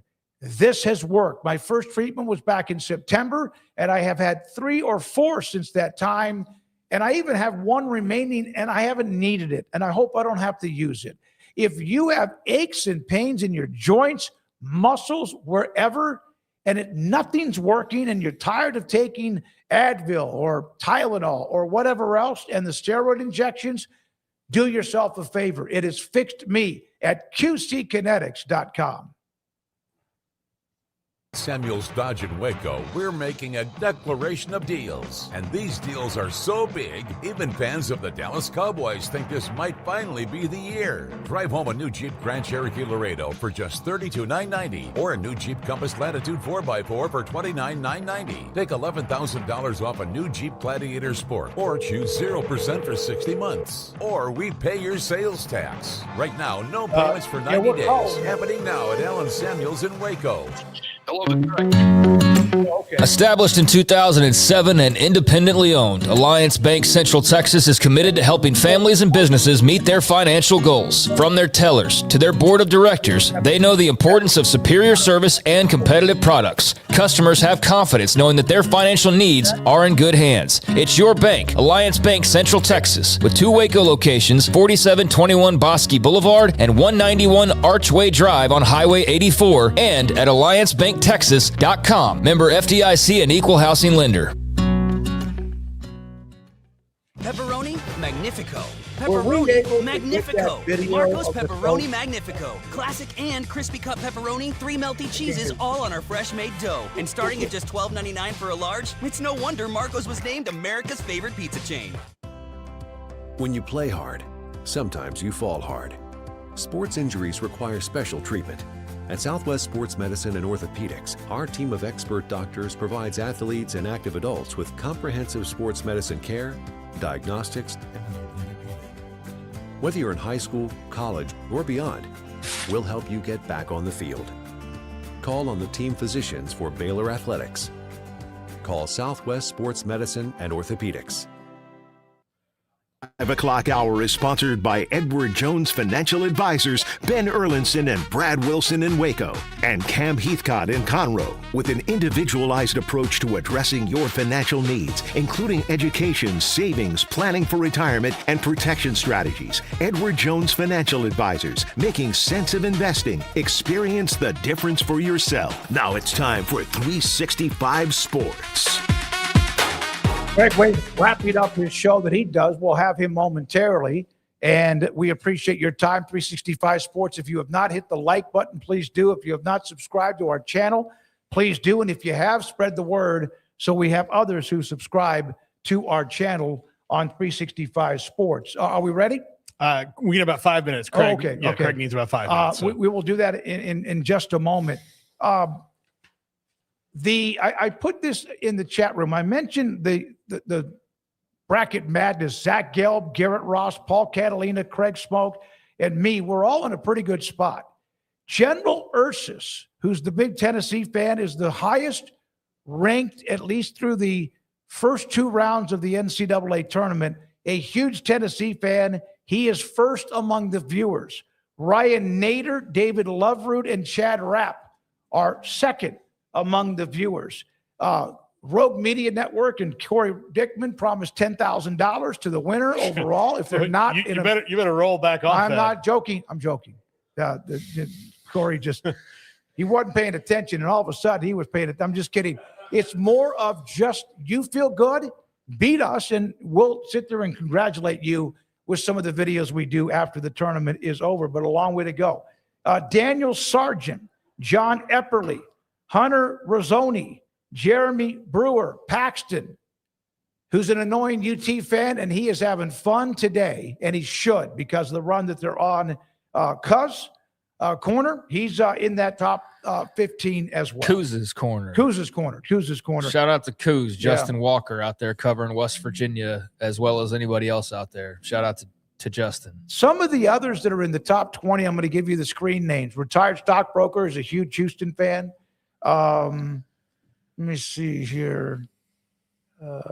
ESPN fan, and then there's like 25 numbers for his phone number. Also a part of that as well. Lifted Diesel is among the top 30. So we appreciate those of you who are in the contest. We appreciate it. It's the best I've ever done. I'm 8 and 36 and 10, and I'm not in the top 5. That's hard to handle. I really thought that I was blowing people away. Paul is not registered. He is, but he's not a part of it because he didn't register his name. No, because Garrett took my spot. He used my login to do it, and I've been trying to join our group for the better part of 5 days, and I just have to verify it another way. So this is what happens when you share passwords. Just know it, kids. You share passwords, you get taken advantage of. This is what Netflix is trying to crack down on. And I, for one, support them in their fight to end password sharing. I got an email from, I think, theathletic.com telling me that I could share my membership with them like 7 people. Yes, you could. They have different ways that you can share memberships for certain things. And then other things, so many people are just on one, I think there's whole dorms that are on one Netflix account. They just all share the password and well, if you're on and you're watching, for example, Homeland or whatever, and you just create a different profile. So like all these people have the same password, they just go into their profile on Netflix. So if it's dorm room, 1410 has a profile and they just go all the way down. That's why they did crack down on password sharing, where people get their parents' password and then never get their own account and all those different things. So, yeah. But and Netflix is an amazing thing, by the way. You could be watching something, just turn it off, and it's right there where you want it to be when you come back on. I watch YouTube TV and Netflix probably more than anything else these days. Kim Coulter, Texas gave Paxton the right to talk trash. He's right. Yeah, I mean, they're still standing, so Paxton can say whatever he wants to. I mean, within reason, obviously. But, yeah, Texas has been a really nice surprise. And because of that, yeah, Longhorn fans, I would expect, are being very mouthy and probably a little bit cocky in some cases, but certainly very confident in what they've done up to this point. And now you're pretty much playing with house money, I think, if you're a Texas fan. I mean, Shawn Miller getting to the Sweet 16 this quickly, it's like whatever happens after this is just icing on the cake, and you're very excited about the future as well. You should be. Well, speaking of UT, the voice of UT Athletics, a great friend of ours, and Craig Wade joins us. He just wrapped up his show in the Austin market, joins us on 365 Sports. So, Craig, they're not Cinderella because it's UT and we know the commitments they have to athletics, but isn't that a little bit of the case with what they've been able to do here in the last, less than a week? I would agree, Smokey. Let me ask you, does the fact that I'm actually whatever the play-by-play voice of the Longhorns since they've advanced, does that make me mouthy and cocky too? Well, no, I would never say that about you, Craig, ever in a million years. So no. Craig is very honest about it. He has to be, that's what you do, but sometimes they could get knocked out in the first round and they might still feel that way. What did you think about what Shawn Miller said about, hey man, listen, this is Texas. We have a standard here, even though we know he's been very successful, and to kind of maybe tone down too much of maybe Cinderella. Yeah, I think there's something to that. And then also, Mark Few said that after the win. He said, hey, this is no Cinderella. They've got to play blah, blah, blah. And he goes, I think it's because, I think you guys will agree with me, that number, that double-digit seed thing, that being an 11, and not only an 11 seed, being an 11 seed that had to play in Dayton, being an 11 seed that wasn't even the higher of the two 11 seeds that played in Dayton. NC State was the designated home because they were viewed as a higher number 11 seed. It sounds very Orwellian to me, all 11 seeds are equal, but some 11 seeds are more equal than others, I guess. And I think it's because of that they started off from that ebb. First of all, if you're playing in Dayton, you're looking steeply uphill. And it's been done before. My goodness, the former Longhorn Shaka Smart did it at VCU. That put him on the map when they got to the Final Four coming out of Dayton. I did notice today that when Virginia beat Iowa in the women's tournament, it's the first time ever in the women's bracket that a first four has advanced to the Sweet 16. Virginia did that. So it's not the most commonplace thing in the world, but it has happened. And then, there's whatever, the name branding and things of that nature. But we are talking about a team that went 9-9 in the Big 12. We are talking about a team that lost 5 of its last 6 games going into the tournament.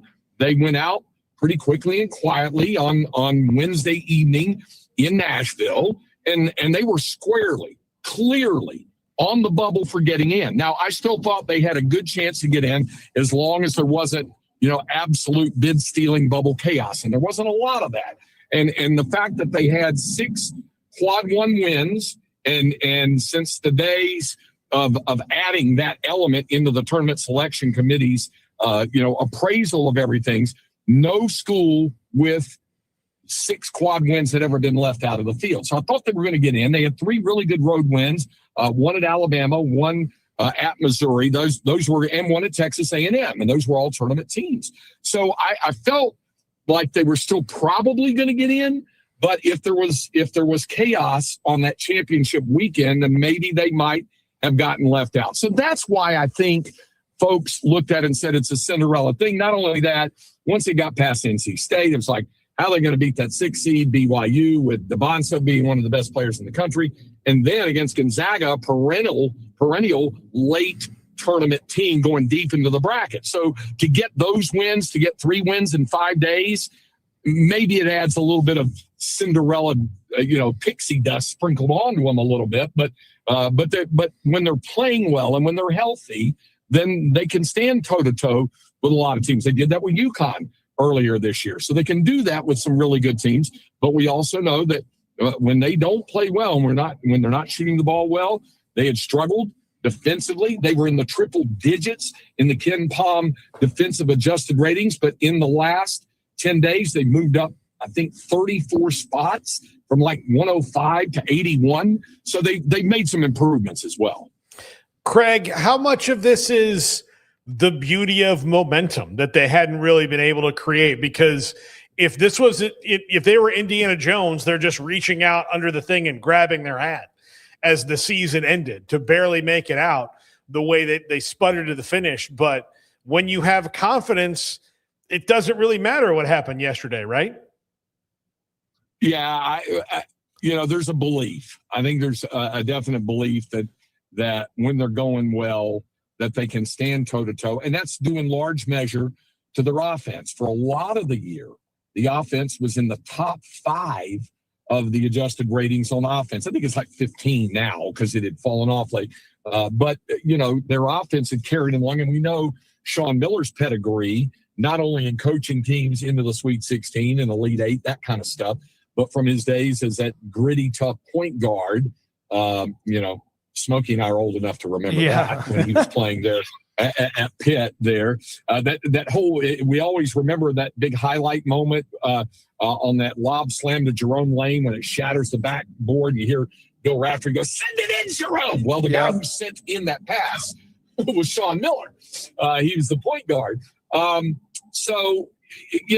He has a confidence in what he does with his offense, but he just wanted them to try to make strides on the defensive end. And it's been a slow and at sometimes painful process to get to that point. And they still aren't playing it defense at a championship level, but they're playing it at an improved, elevated level that with their offense combined gives them a chance in games. And that gave them the chance in the 2 games they had in Portland and being able to advance to San Jose.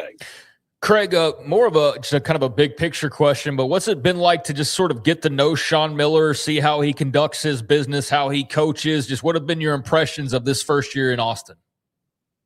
It's been a lot of fun, and he's been great to us. But beyond that, the first thing I noticed very, very early, and I was coming off, I think I was coming off, Texas had played Georgia in football and had lost that Saturday night game. And I had a crack of dawn flight and I wanted to get back in time to see, actually it was Mississippi State. And it was a deal. They'd won the game in Starkville and I raced back up. The hotel was in Tupelo and I was flying out at like 5:50 in the morning. And I wanted to get back in time to watch their last full big practice before they headed to Charlotte to open the season back on November 4th against Duke. And that seems like it's been 4 years ago instead of 4 months ago. But I raced back and got there, and I was just so amazed in how he teaches the game. And I'd seen some parts of other practices, but it's the first time I was able to sit and watch an entire practice from start to finish, and the teaching and the hands-on that went on. You couldn't come away with that and not be incredibly impressed. And then he came over to me afterwards and goes, "Dude," he goes, I didn't expect to see you here today, man. I know that was the easiest thing. You could have gone home and racked out." I said, "I'm getting ready to do that right now." I told him after the practice. But he is diligent with his guys. His staff is as well in what they do. The teaching element is at a level I don't think I've really seen at Texas in terms of just the teaching element alone from the head coach, let alone the staff. It's been impressive to watch. They've hit some clutch shots, Craig. Obviously, Mark in the game against BYU and others, and he's not the only one. But right now, and then, of course, Miller mentioned setting up the big shot for the most recent win. It just seemed like right now the depth of that team, like anybody can take that shot and feel pretty good about it. And Craig, what's the young man inside? The big post player. Yeah, say it with me. Modest Vocatitis. That's what I was going to say. Modest Vocatitis. He is dominating in certain ways inside. My uncle had cocatitis. Yeah. Yes, I've had a lot of people said that. Somebody the other day said, because Modest he's from Lithuania. He played at Florida Atlantic last year and transferred in. But you could see early on that he had a skill set he could play. He held his own against Duke. He played pretty well against Duke. But he had some games where he got into early foul difficulty and ones where he just got out-muscled and things like that. But he was always a good free throw shooter until that BYU game. He was 70%. He goes to the line. He hits his first three against BYU. Then he missed 8 in a row. Mm-hmm. And it was driving, I know, Longhorn fans crazy. And we knew that he was a better free throw shooter than that, but he missed 8 in a row. And there was a fan who posted or somewhere in a chat room or something said, Vocatitis gives me diverticulitis. And I would never wish that on anybody because that's not fun. But he's come a long way in terms of developing his inside game, trying to stay out of foul trouble and things like that. That's all important. The Longhorns themselves, fellas, had so much difficulty with fouls. I think we're all familiar with, it was after the loss of Kentucky, and Shawn said, we have a virus going through our team. It's fouling. We will foul the living and use the S word out of you. And everybody got a big laugh out of it, but that's something they've had to work diligently on. Now, David, to your point about the guys taking the shots, there's several who can take it, but there's 3 whom he relies on and depends upon the most, and these 3 guys have all made gigantic shots in the NCAA tournament. You go back and you mentioned Tremont Mark's jumper. That happened right in front of us there in Dayton. They gave them the winning margin with 1.1 to go against NC State. They get they're up a point on BYU, and Jordan Pope hits a deep 3 in the corner, and that gives them the. And then the other night, Cam Heide is on the bench late in the game, and he had hit 1 shot earlier, and during the timeout, that's when Shawn said, I got to get this because I know he's capable of knocking down that shot. That's what he did against Purdue, or did for Purdue a couple of years ago in the NCAA tournament as a freshman. He hit a huge shot late in the game. So during the timeout, he said to Heide, Cam, you're going in and be ready to take the shot. Because he had a feeling that both Tremont Mark and Jordan Pope would draw attention to them. And, of course, Dalen Swain can hit a tough shot as well, but he's their leading scorer, but he's been a slasher to the bucket. But in terms of stepping back and hitting the big 3, it's those 3 guys. And sure enough, Mark draws the double team, kicks it in the corner. Heide, he was almost a little behind the basket deep in that corner. It was a difficult angle. But he knocked it down. He said it felt good the moment it left his hand. So he's got confidence in those guys to be able to take the clutch shot when they absolutely have to have it. And that goes for Swain as well, but those 3 for sure. You've seen a lot of great players, dozens and dozens over the years. What was your impression of getting your eyes on up close and personal A.J. DeBonsa? Well, he's ready for the next level. I don't think there's any doubt about that. We kind of do it. I have the good fortune of my broadcast partner on the Longhorn games is Eddie Orrin, a longtime former assistant, of course, to both first Bob Weltlich and then the Tom Penders at Texas. Eddie has been a longtime scout for the Brooklyn Nets for quite some time. And I really lean on him in terms of what he thinks. And the 2 best guys he's seen this year are Darius Acup Jr., the point guard at Arkansas, and then A.J. DeBonsa. And said, he said, if I were picking, one would go 1 and one would go 2. And he's also seen Peterson at Kansas and says he's really good, but he thinks the other 2 may even be more NBA ready to go. And DeBonsa's a guy who's proven he can shoot from outside. Obviously has the body and the powerful moves that he makes near the basket. He rebounds, he can pivot, he can do a little bit of everything. And he's one of those positionless guys. I think that phrase came up really as LeBron James hit his stride about positionless basketball. And DeBonsa is one of those guys who can do that, whereas Acuff is a classic true point guard, the first guy to lead the SEC in points, in scoring, and assists in the same year since a guy by the name of Pete Maravich. and only the second guy ever to do it in the SEC. That's how good Acuff is, and he could be either number 1 or number 2 in the draft. He's that good. Craig, last thing for me, and we appreciate your time. Man, your schedule is crazy good, and you do a great job with it. Chris Del Conte, excuse me, you have the women who could win it all. We know football's in a pretty good space, despite the fact not making the playoff. All the other sports are just rolling. And then you have what's happened here with this surge at the end with UT. He's made some bad hires, but he seems to be on a heater right now. How well respected is he around the UT community and campus? Well, I'll put it this way. He's the most talked about and popular athletic director, I think, in UT history, simply because of the way things have gone and because of how available he has made himself to the fans. And that's saying a lot. DeLoss Dodds, as we know, is one of the greatest athletic directors of all time. He's not a Hall of Famer for nothing. And a lot of the things he did for Texas and in college athletics revolutionized the game. Having said that, Chris Del Conte is a guy who saw the things that were working really well and maybe tweaked a little here and there, but didn't really mess with them that much. And then the sports that needed major attention, football and men's basketball, he went out, and women's basketball, and made 3 gigantic hires. You look at what Vic Schaefer's done with the women's team, and they'll be in Fort Worth for the Sweet 16. And that was a fun zigzag back up and down from Portland to Austin and back to Portland and back to Austin to call all 4 of those games over the weekend. What Vic has done has been amazing.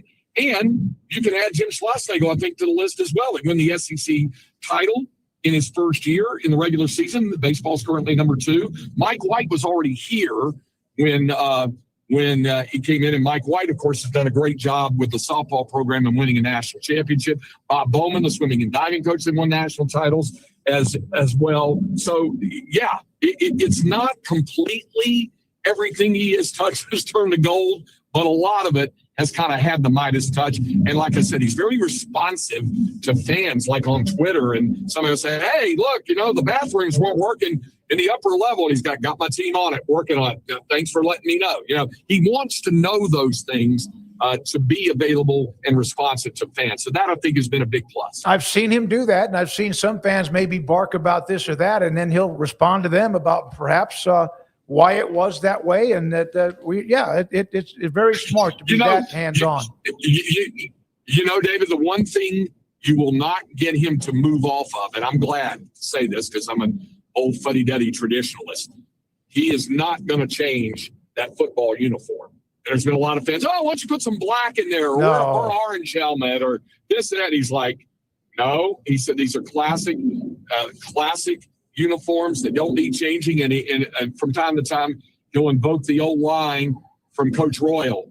Darren Royal said, when somebody asked about changing uniforms, and this was back in the 70s, and he said, no, hell no, we're not going to candy these things up. These are work clothes, is the way Coach Royal described it. So that was his words. We're not going to candy these things up. These are work clothes. So you won't get him to change that, and I'm glad of that. But he is responsive, respectful, and is interested in what the fan base has to say as well. Hey, man, great stuff. It's great to have you on again, Craig. Good to hear from you, and thank you very much. Good luck the rest of this week with all your juggling, and we'll see you soon, I hope. Yeah, I love being on the Super Syntax. Great to hear from all you guys anytime. Anytime. Craig Way, voice of UT Athletics. His schedule, legendary. Would do a high school football game on a Friday, drive into Dallas, do what was then the Fox Sports Southwest High School football scoreboard highlights, and then go right back down to Austin or fly to Morgantown to do their football game the next day.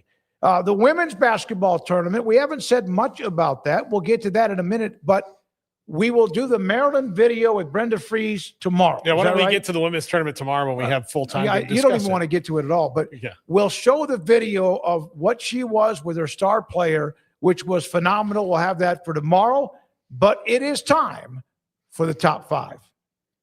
It's Paul Catalina's.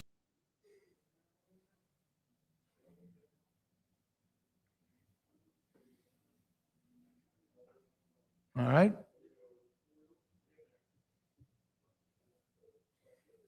We'll also 5.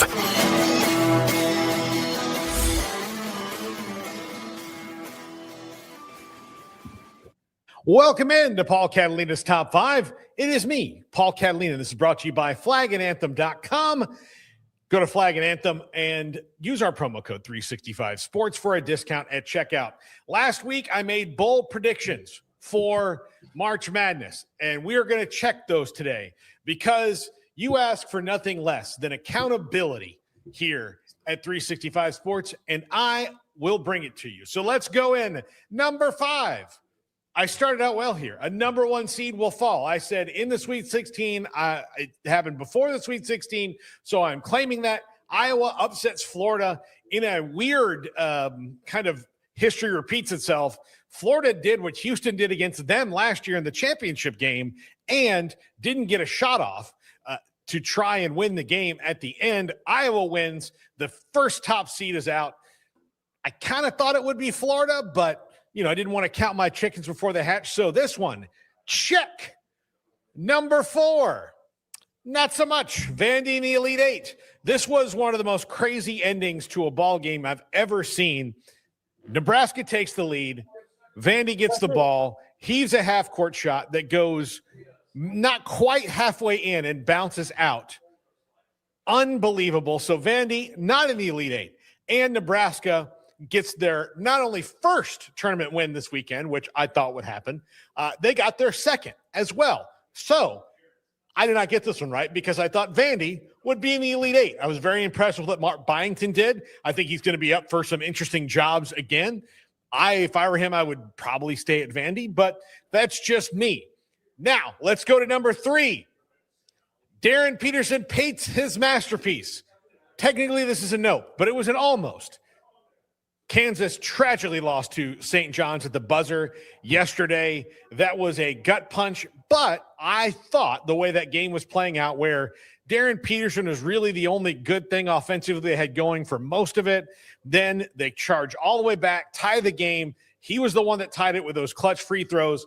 Then 2 seconds left, ball gets inbounded. St. John's wins the game. I thought it was coming in overtime. I thought that this was going to be much like the TCU game. You let Darren Peterson take over in overtime and send St. John's home. They did not get to overtime. And they did not get to overtime because you shouldn't fall behind so far before you start. But all that being said, I will give myself a nope, but I am going to claim an almost for my own emotional stability. Number 2, UNC gets bounced on day 1. Check.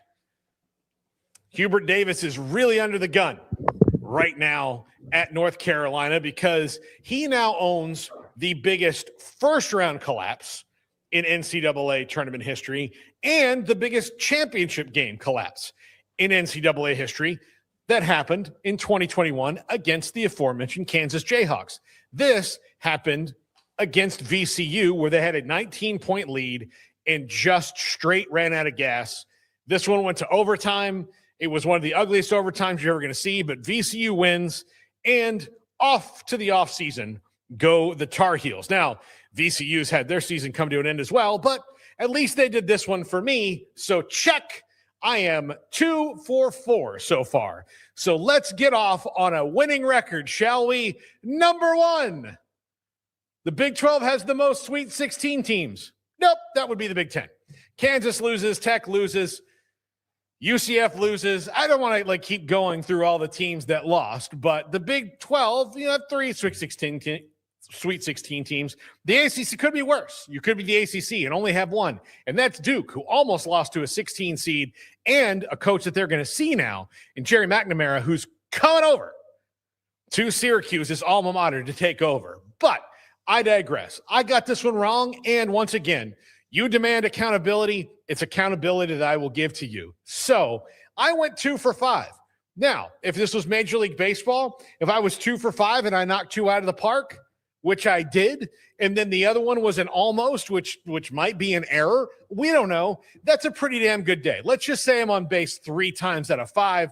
I will take it. You may not. But again, it's my top 5, and you people don't control my self-esteem. You don't. That's going to do it for the top 5. Let's spin the wheel.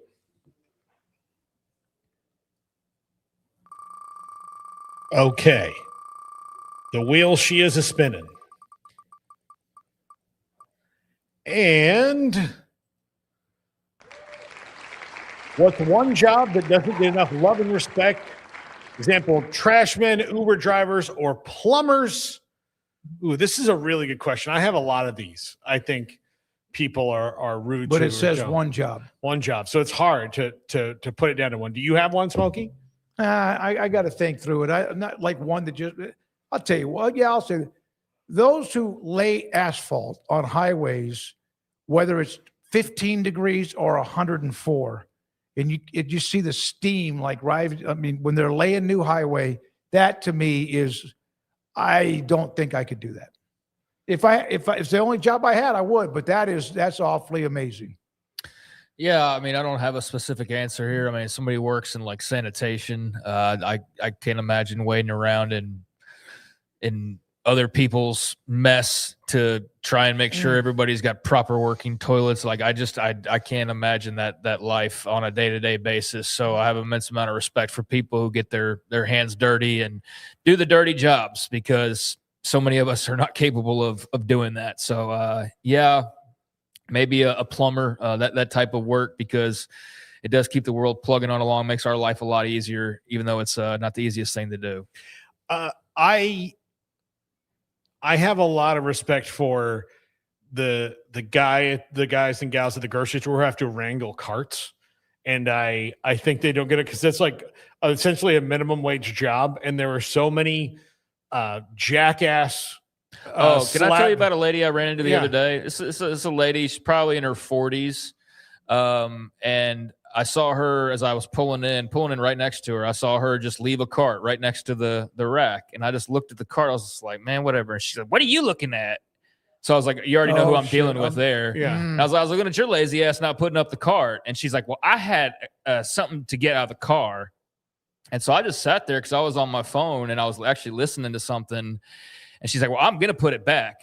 She got in her car, and I'm sitting there. I wasn't getting out right away anyways. And she proceeded to sit there for the next 10 minutes without getting out of her car, like waiting for me to leave so that she didn't have to go and put it back. It's like, just get out of the car. It would have taken 17 and put the seconds. cart back. Yeah, like, yeah.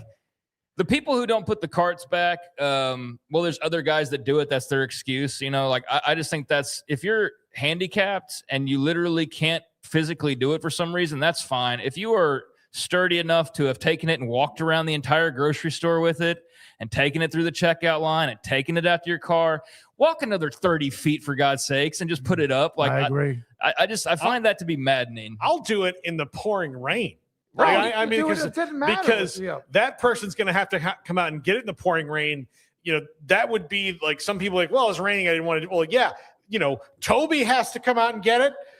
Well, that's what he gets paid Geraldine, for. yeah. Yeah, technically he gets paid to bring all the carts in. He doesn't get paid, it's my knowledge, of like go track them all down because you left them everywhere There's all a guy over the that place. actually follows people around with the phone and records them. It's like the cart police, and he gets them on camera, and they get so mad. I think that's the kind of I think that's the, well, they should be. Yeah. It's amazing how defensive people like that get. I just think it speaks to how you were raised or lack thereof, that like simple common courtesies like that. You're like, well, I don't have to, so I'm not going to. It's like saying thank you. Like, you don't have to do it, but it's just nice when you do. It's unspoken things that we just do because it makes everybody's life easier. But there always has to be the one jackass that just can't be bothered because they're the main character. I was at Sam's one day, and you know, it was a big parking lot, and this lady was parked, and she had her cart, and she just pushed it out in front of her car, which was like on dirt. So I parked next to her, and I said, "Are you going to be able to get that cart? Do you need me to get it for you?" And got mouthy. And believe it or not, I just sat there and I said, "Okay." So I had groceries in a cart. I parked behind her car with my cart, went and got the one she left, took my time putting it up about 30, 40 yards away, and then came back and then unloaded my groceries into my car while it was still parked behind her. I like to do this. I'll do, like, when I see them do that, oh, hey, let me get that for you. Yeah. And then they're kind of, I want them to be in their car going, I'm a crap human being. because they did. It reminds me, your incident there, Craig, reminded me of there's a Tim Robinson sketch from I Think You Should Leave where he goes on like a lunch job interview and he gets up to leave thinking it's gone really well. And the door is a push-pull. And the guy's doing the interview. It's like, oh, no, it's a push. He's like, no. I was here yesterday. It goes both ways. And then he just spends the rest of the time pulling the door off its hinges so he can get out and be right, as opposed to just walk out and, a lot of that and going do on that. nowadays. That's where we are as a society. And I thought that when you said that, yeah, it's just a weird thing. Anybody who's like, if you're a teenager, you're working your first job, or young, you're getting your way through school and it's hard. I worked at Target when I was in college. It's just the little courtesies go a long way because you're making very little money and you're doing it because you need to. We got a lot of feedback in the chat, and Paxton said teachers. Yeah, I mean, there you go. The good ones. I mean, I think there's a lot of other ones that are not very good, and it's kind of hard to differentiate, so to generalize in that way. But yeah, I mean, for sure, the good teachers who are in it for the right reasons, who just want to help kids out, like absolutely, they deserve way more than they get. But they're, like everything else, under attack as well. So yeah.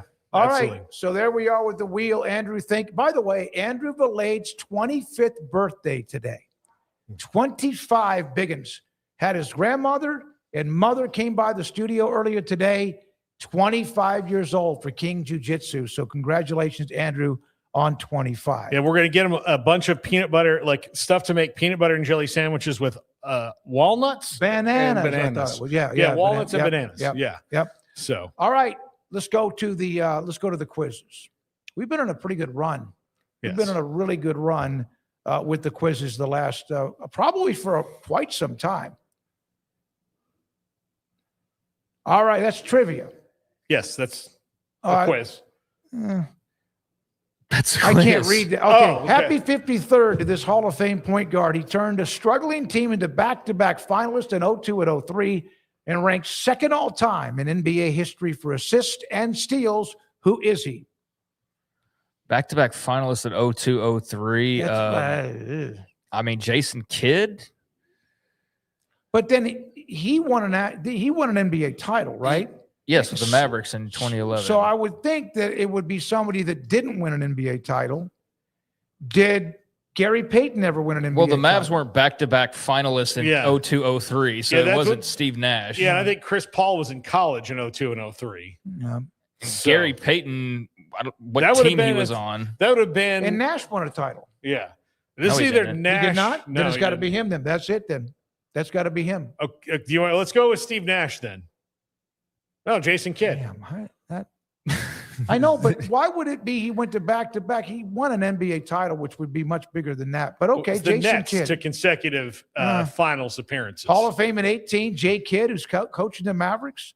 Ultimate floor general, leading the Nets to consecutive final appearances before capturing an NBA title with the Mavericks. At 11, he finished his 19 years ranked second all-time in assists to steals, fourth in total triple-doubles. All right, Craig, you were right. So that's on me. Next quiz. The legendary Phi Slamma Jamma Houston teams featured Hakeem Olajuwon, Clyde Drexler, and three straight Final Four runs. But how many national titles did the Texas tallest family win? 0. Fraternity, sorry. I'm like you. It's a little bit small. Well, that's why it's on our YouTube screen in front of us. And you put yours 0. up. They didn't win any. We just had Reed Gettis on. They did not No, win they any. didn't. They went back-to-back. They lost on that shocker to NC State, Valvano, and then they lost to Georgetown the next year. Yeah, so the answer is 0. We're confident in that one. We're going to get this one right. Yep, there we go. So, yeah, Phi Slamma Jamma famously never won a national title. They suffered two of the most famous heartbreaks in history, losing to NC State on a last-second putback in 1980 and falling to Georgetown in 1984. All right, so there are the quizzes. Let's go to the trivia or the poll results, from earlier in the day that Andrew puts together. Which team clinches the South region? Look, this is dominant for Houston. I could see why it's that way too. Well, this is also like asking who has the best barbecue in Texas. Like what state this is going to win. I don't know if our audience is fair and balanced enough to vote this other way. But I'll tell you what, based on where they looked, I don't think there was any fair and balanced involved. Yeah. I mean, Houston went and just buzzsawed this past weekend. So I think that, I mean, as the number 2 seed in that region, they should be favored over all these other teams. And based on the way we last saw them play, they should be favored to go and win the South region. I think certainly there are some days where some Big 12 influence or some particular fandom of a certain state or something definitely comes into play. And I'm sure it does to some extent here, but I also think it's a logical answer. I think this is, I didn't even blink at the other 3, and one of them is my favorite school. They weren't going to be a part of this. Houston, 80%, Illinois, Nebraska, and Iowa. Next poll question and results. Who wins the East region? Duke, St. John's, Michigan State, and UConn. Yeah, Duke overwhelming here. And after that Siena scare, they did look really good down the stretch on Saturday. So, yeah, this is interesting. But I think Duke and St. John's, though, is a fantastic matchup. And, look, Michigan State and UConn should be a slaughter. That's a hell of a region for basketball fans, especially fans in the Northeast. That's about as good as it gets right there, a foursome like that. So, yeah, I mean, I would take Duke, but I'd have St. John's very closely behind that. I was really impressed in watching them hang on the other day. They're tall and just obviously well coached with Pitino. So, that Duke St. John's ought to be something else, but that's a heck of a region out there in the East. Yeah, all those coaches too. Did you guys watch the Cronin against Hurley at all? Yeah. Yeah.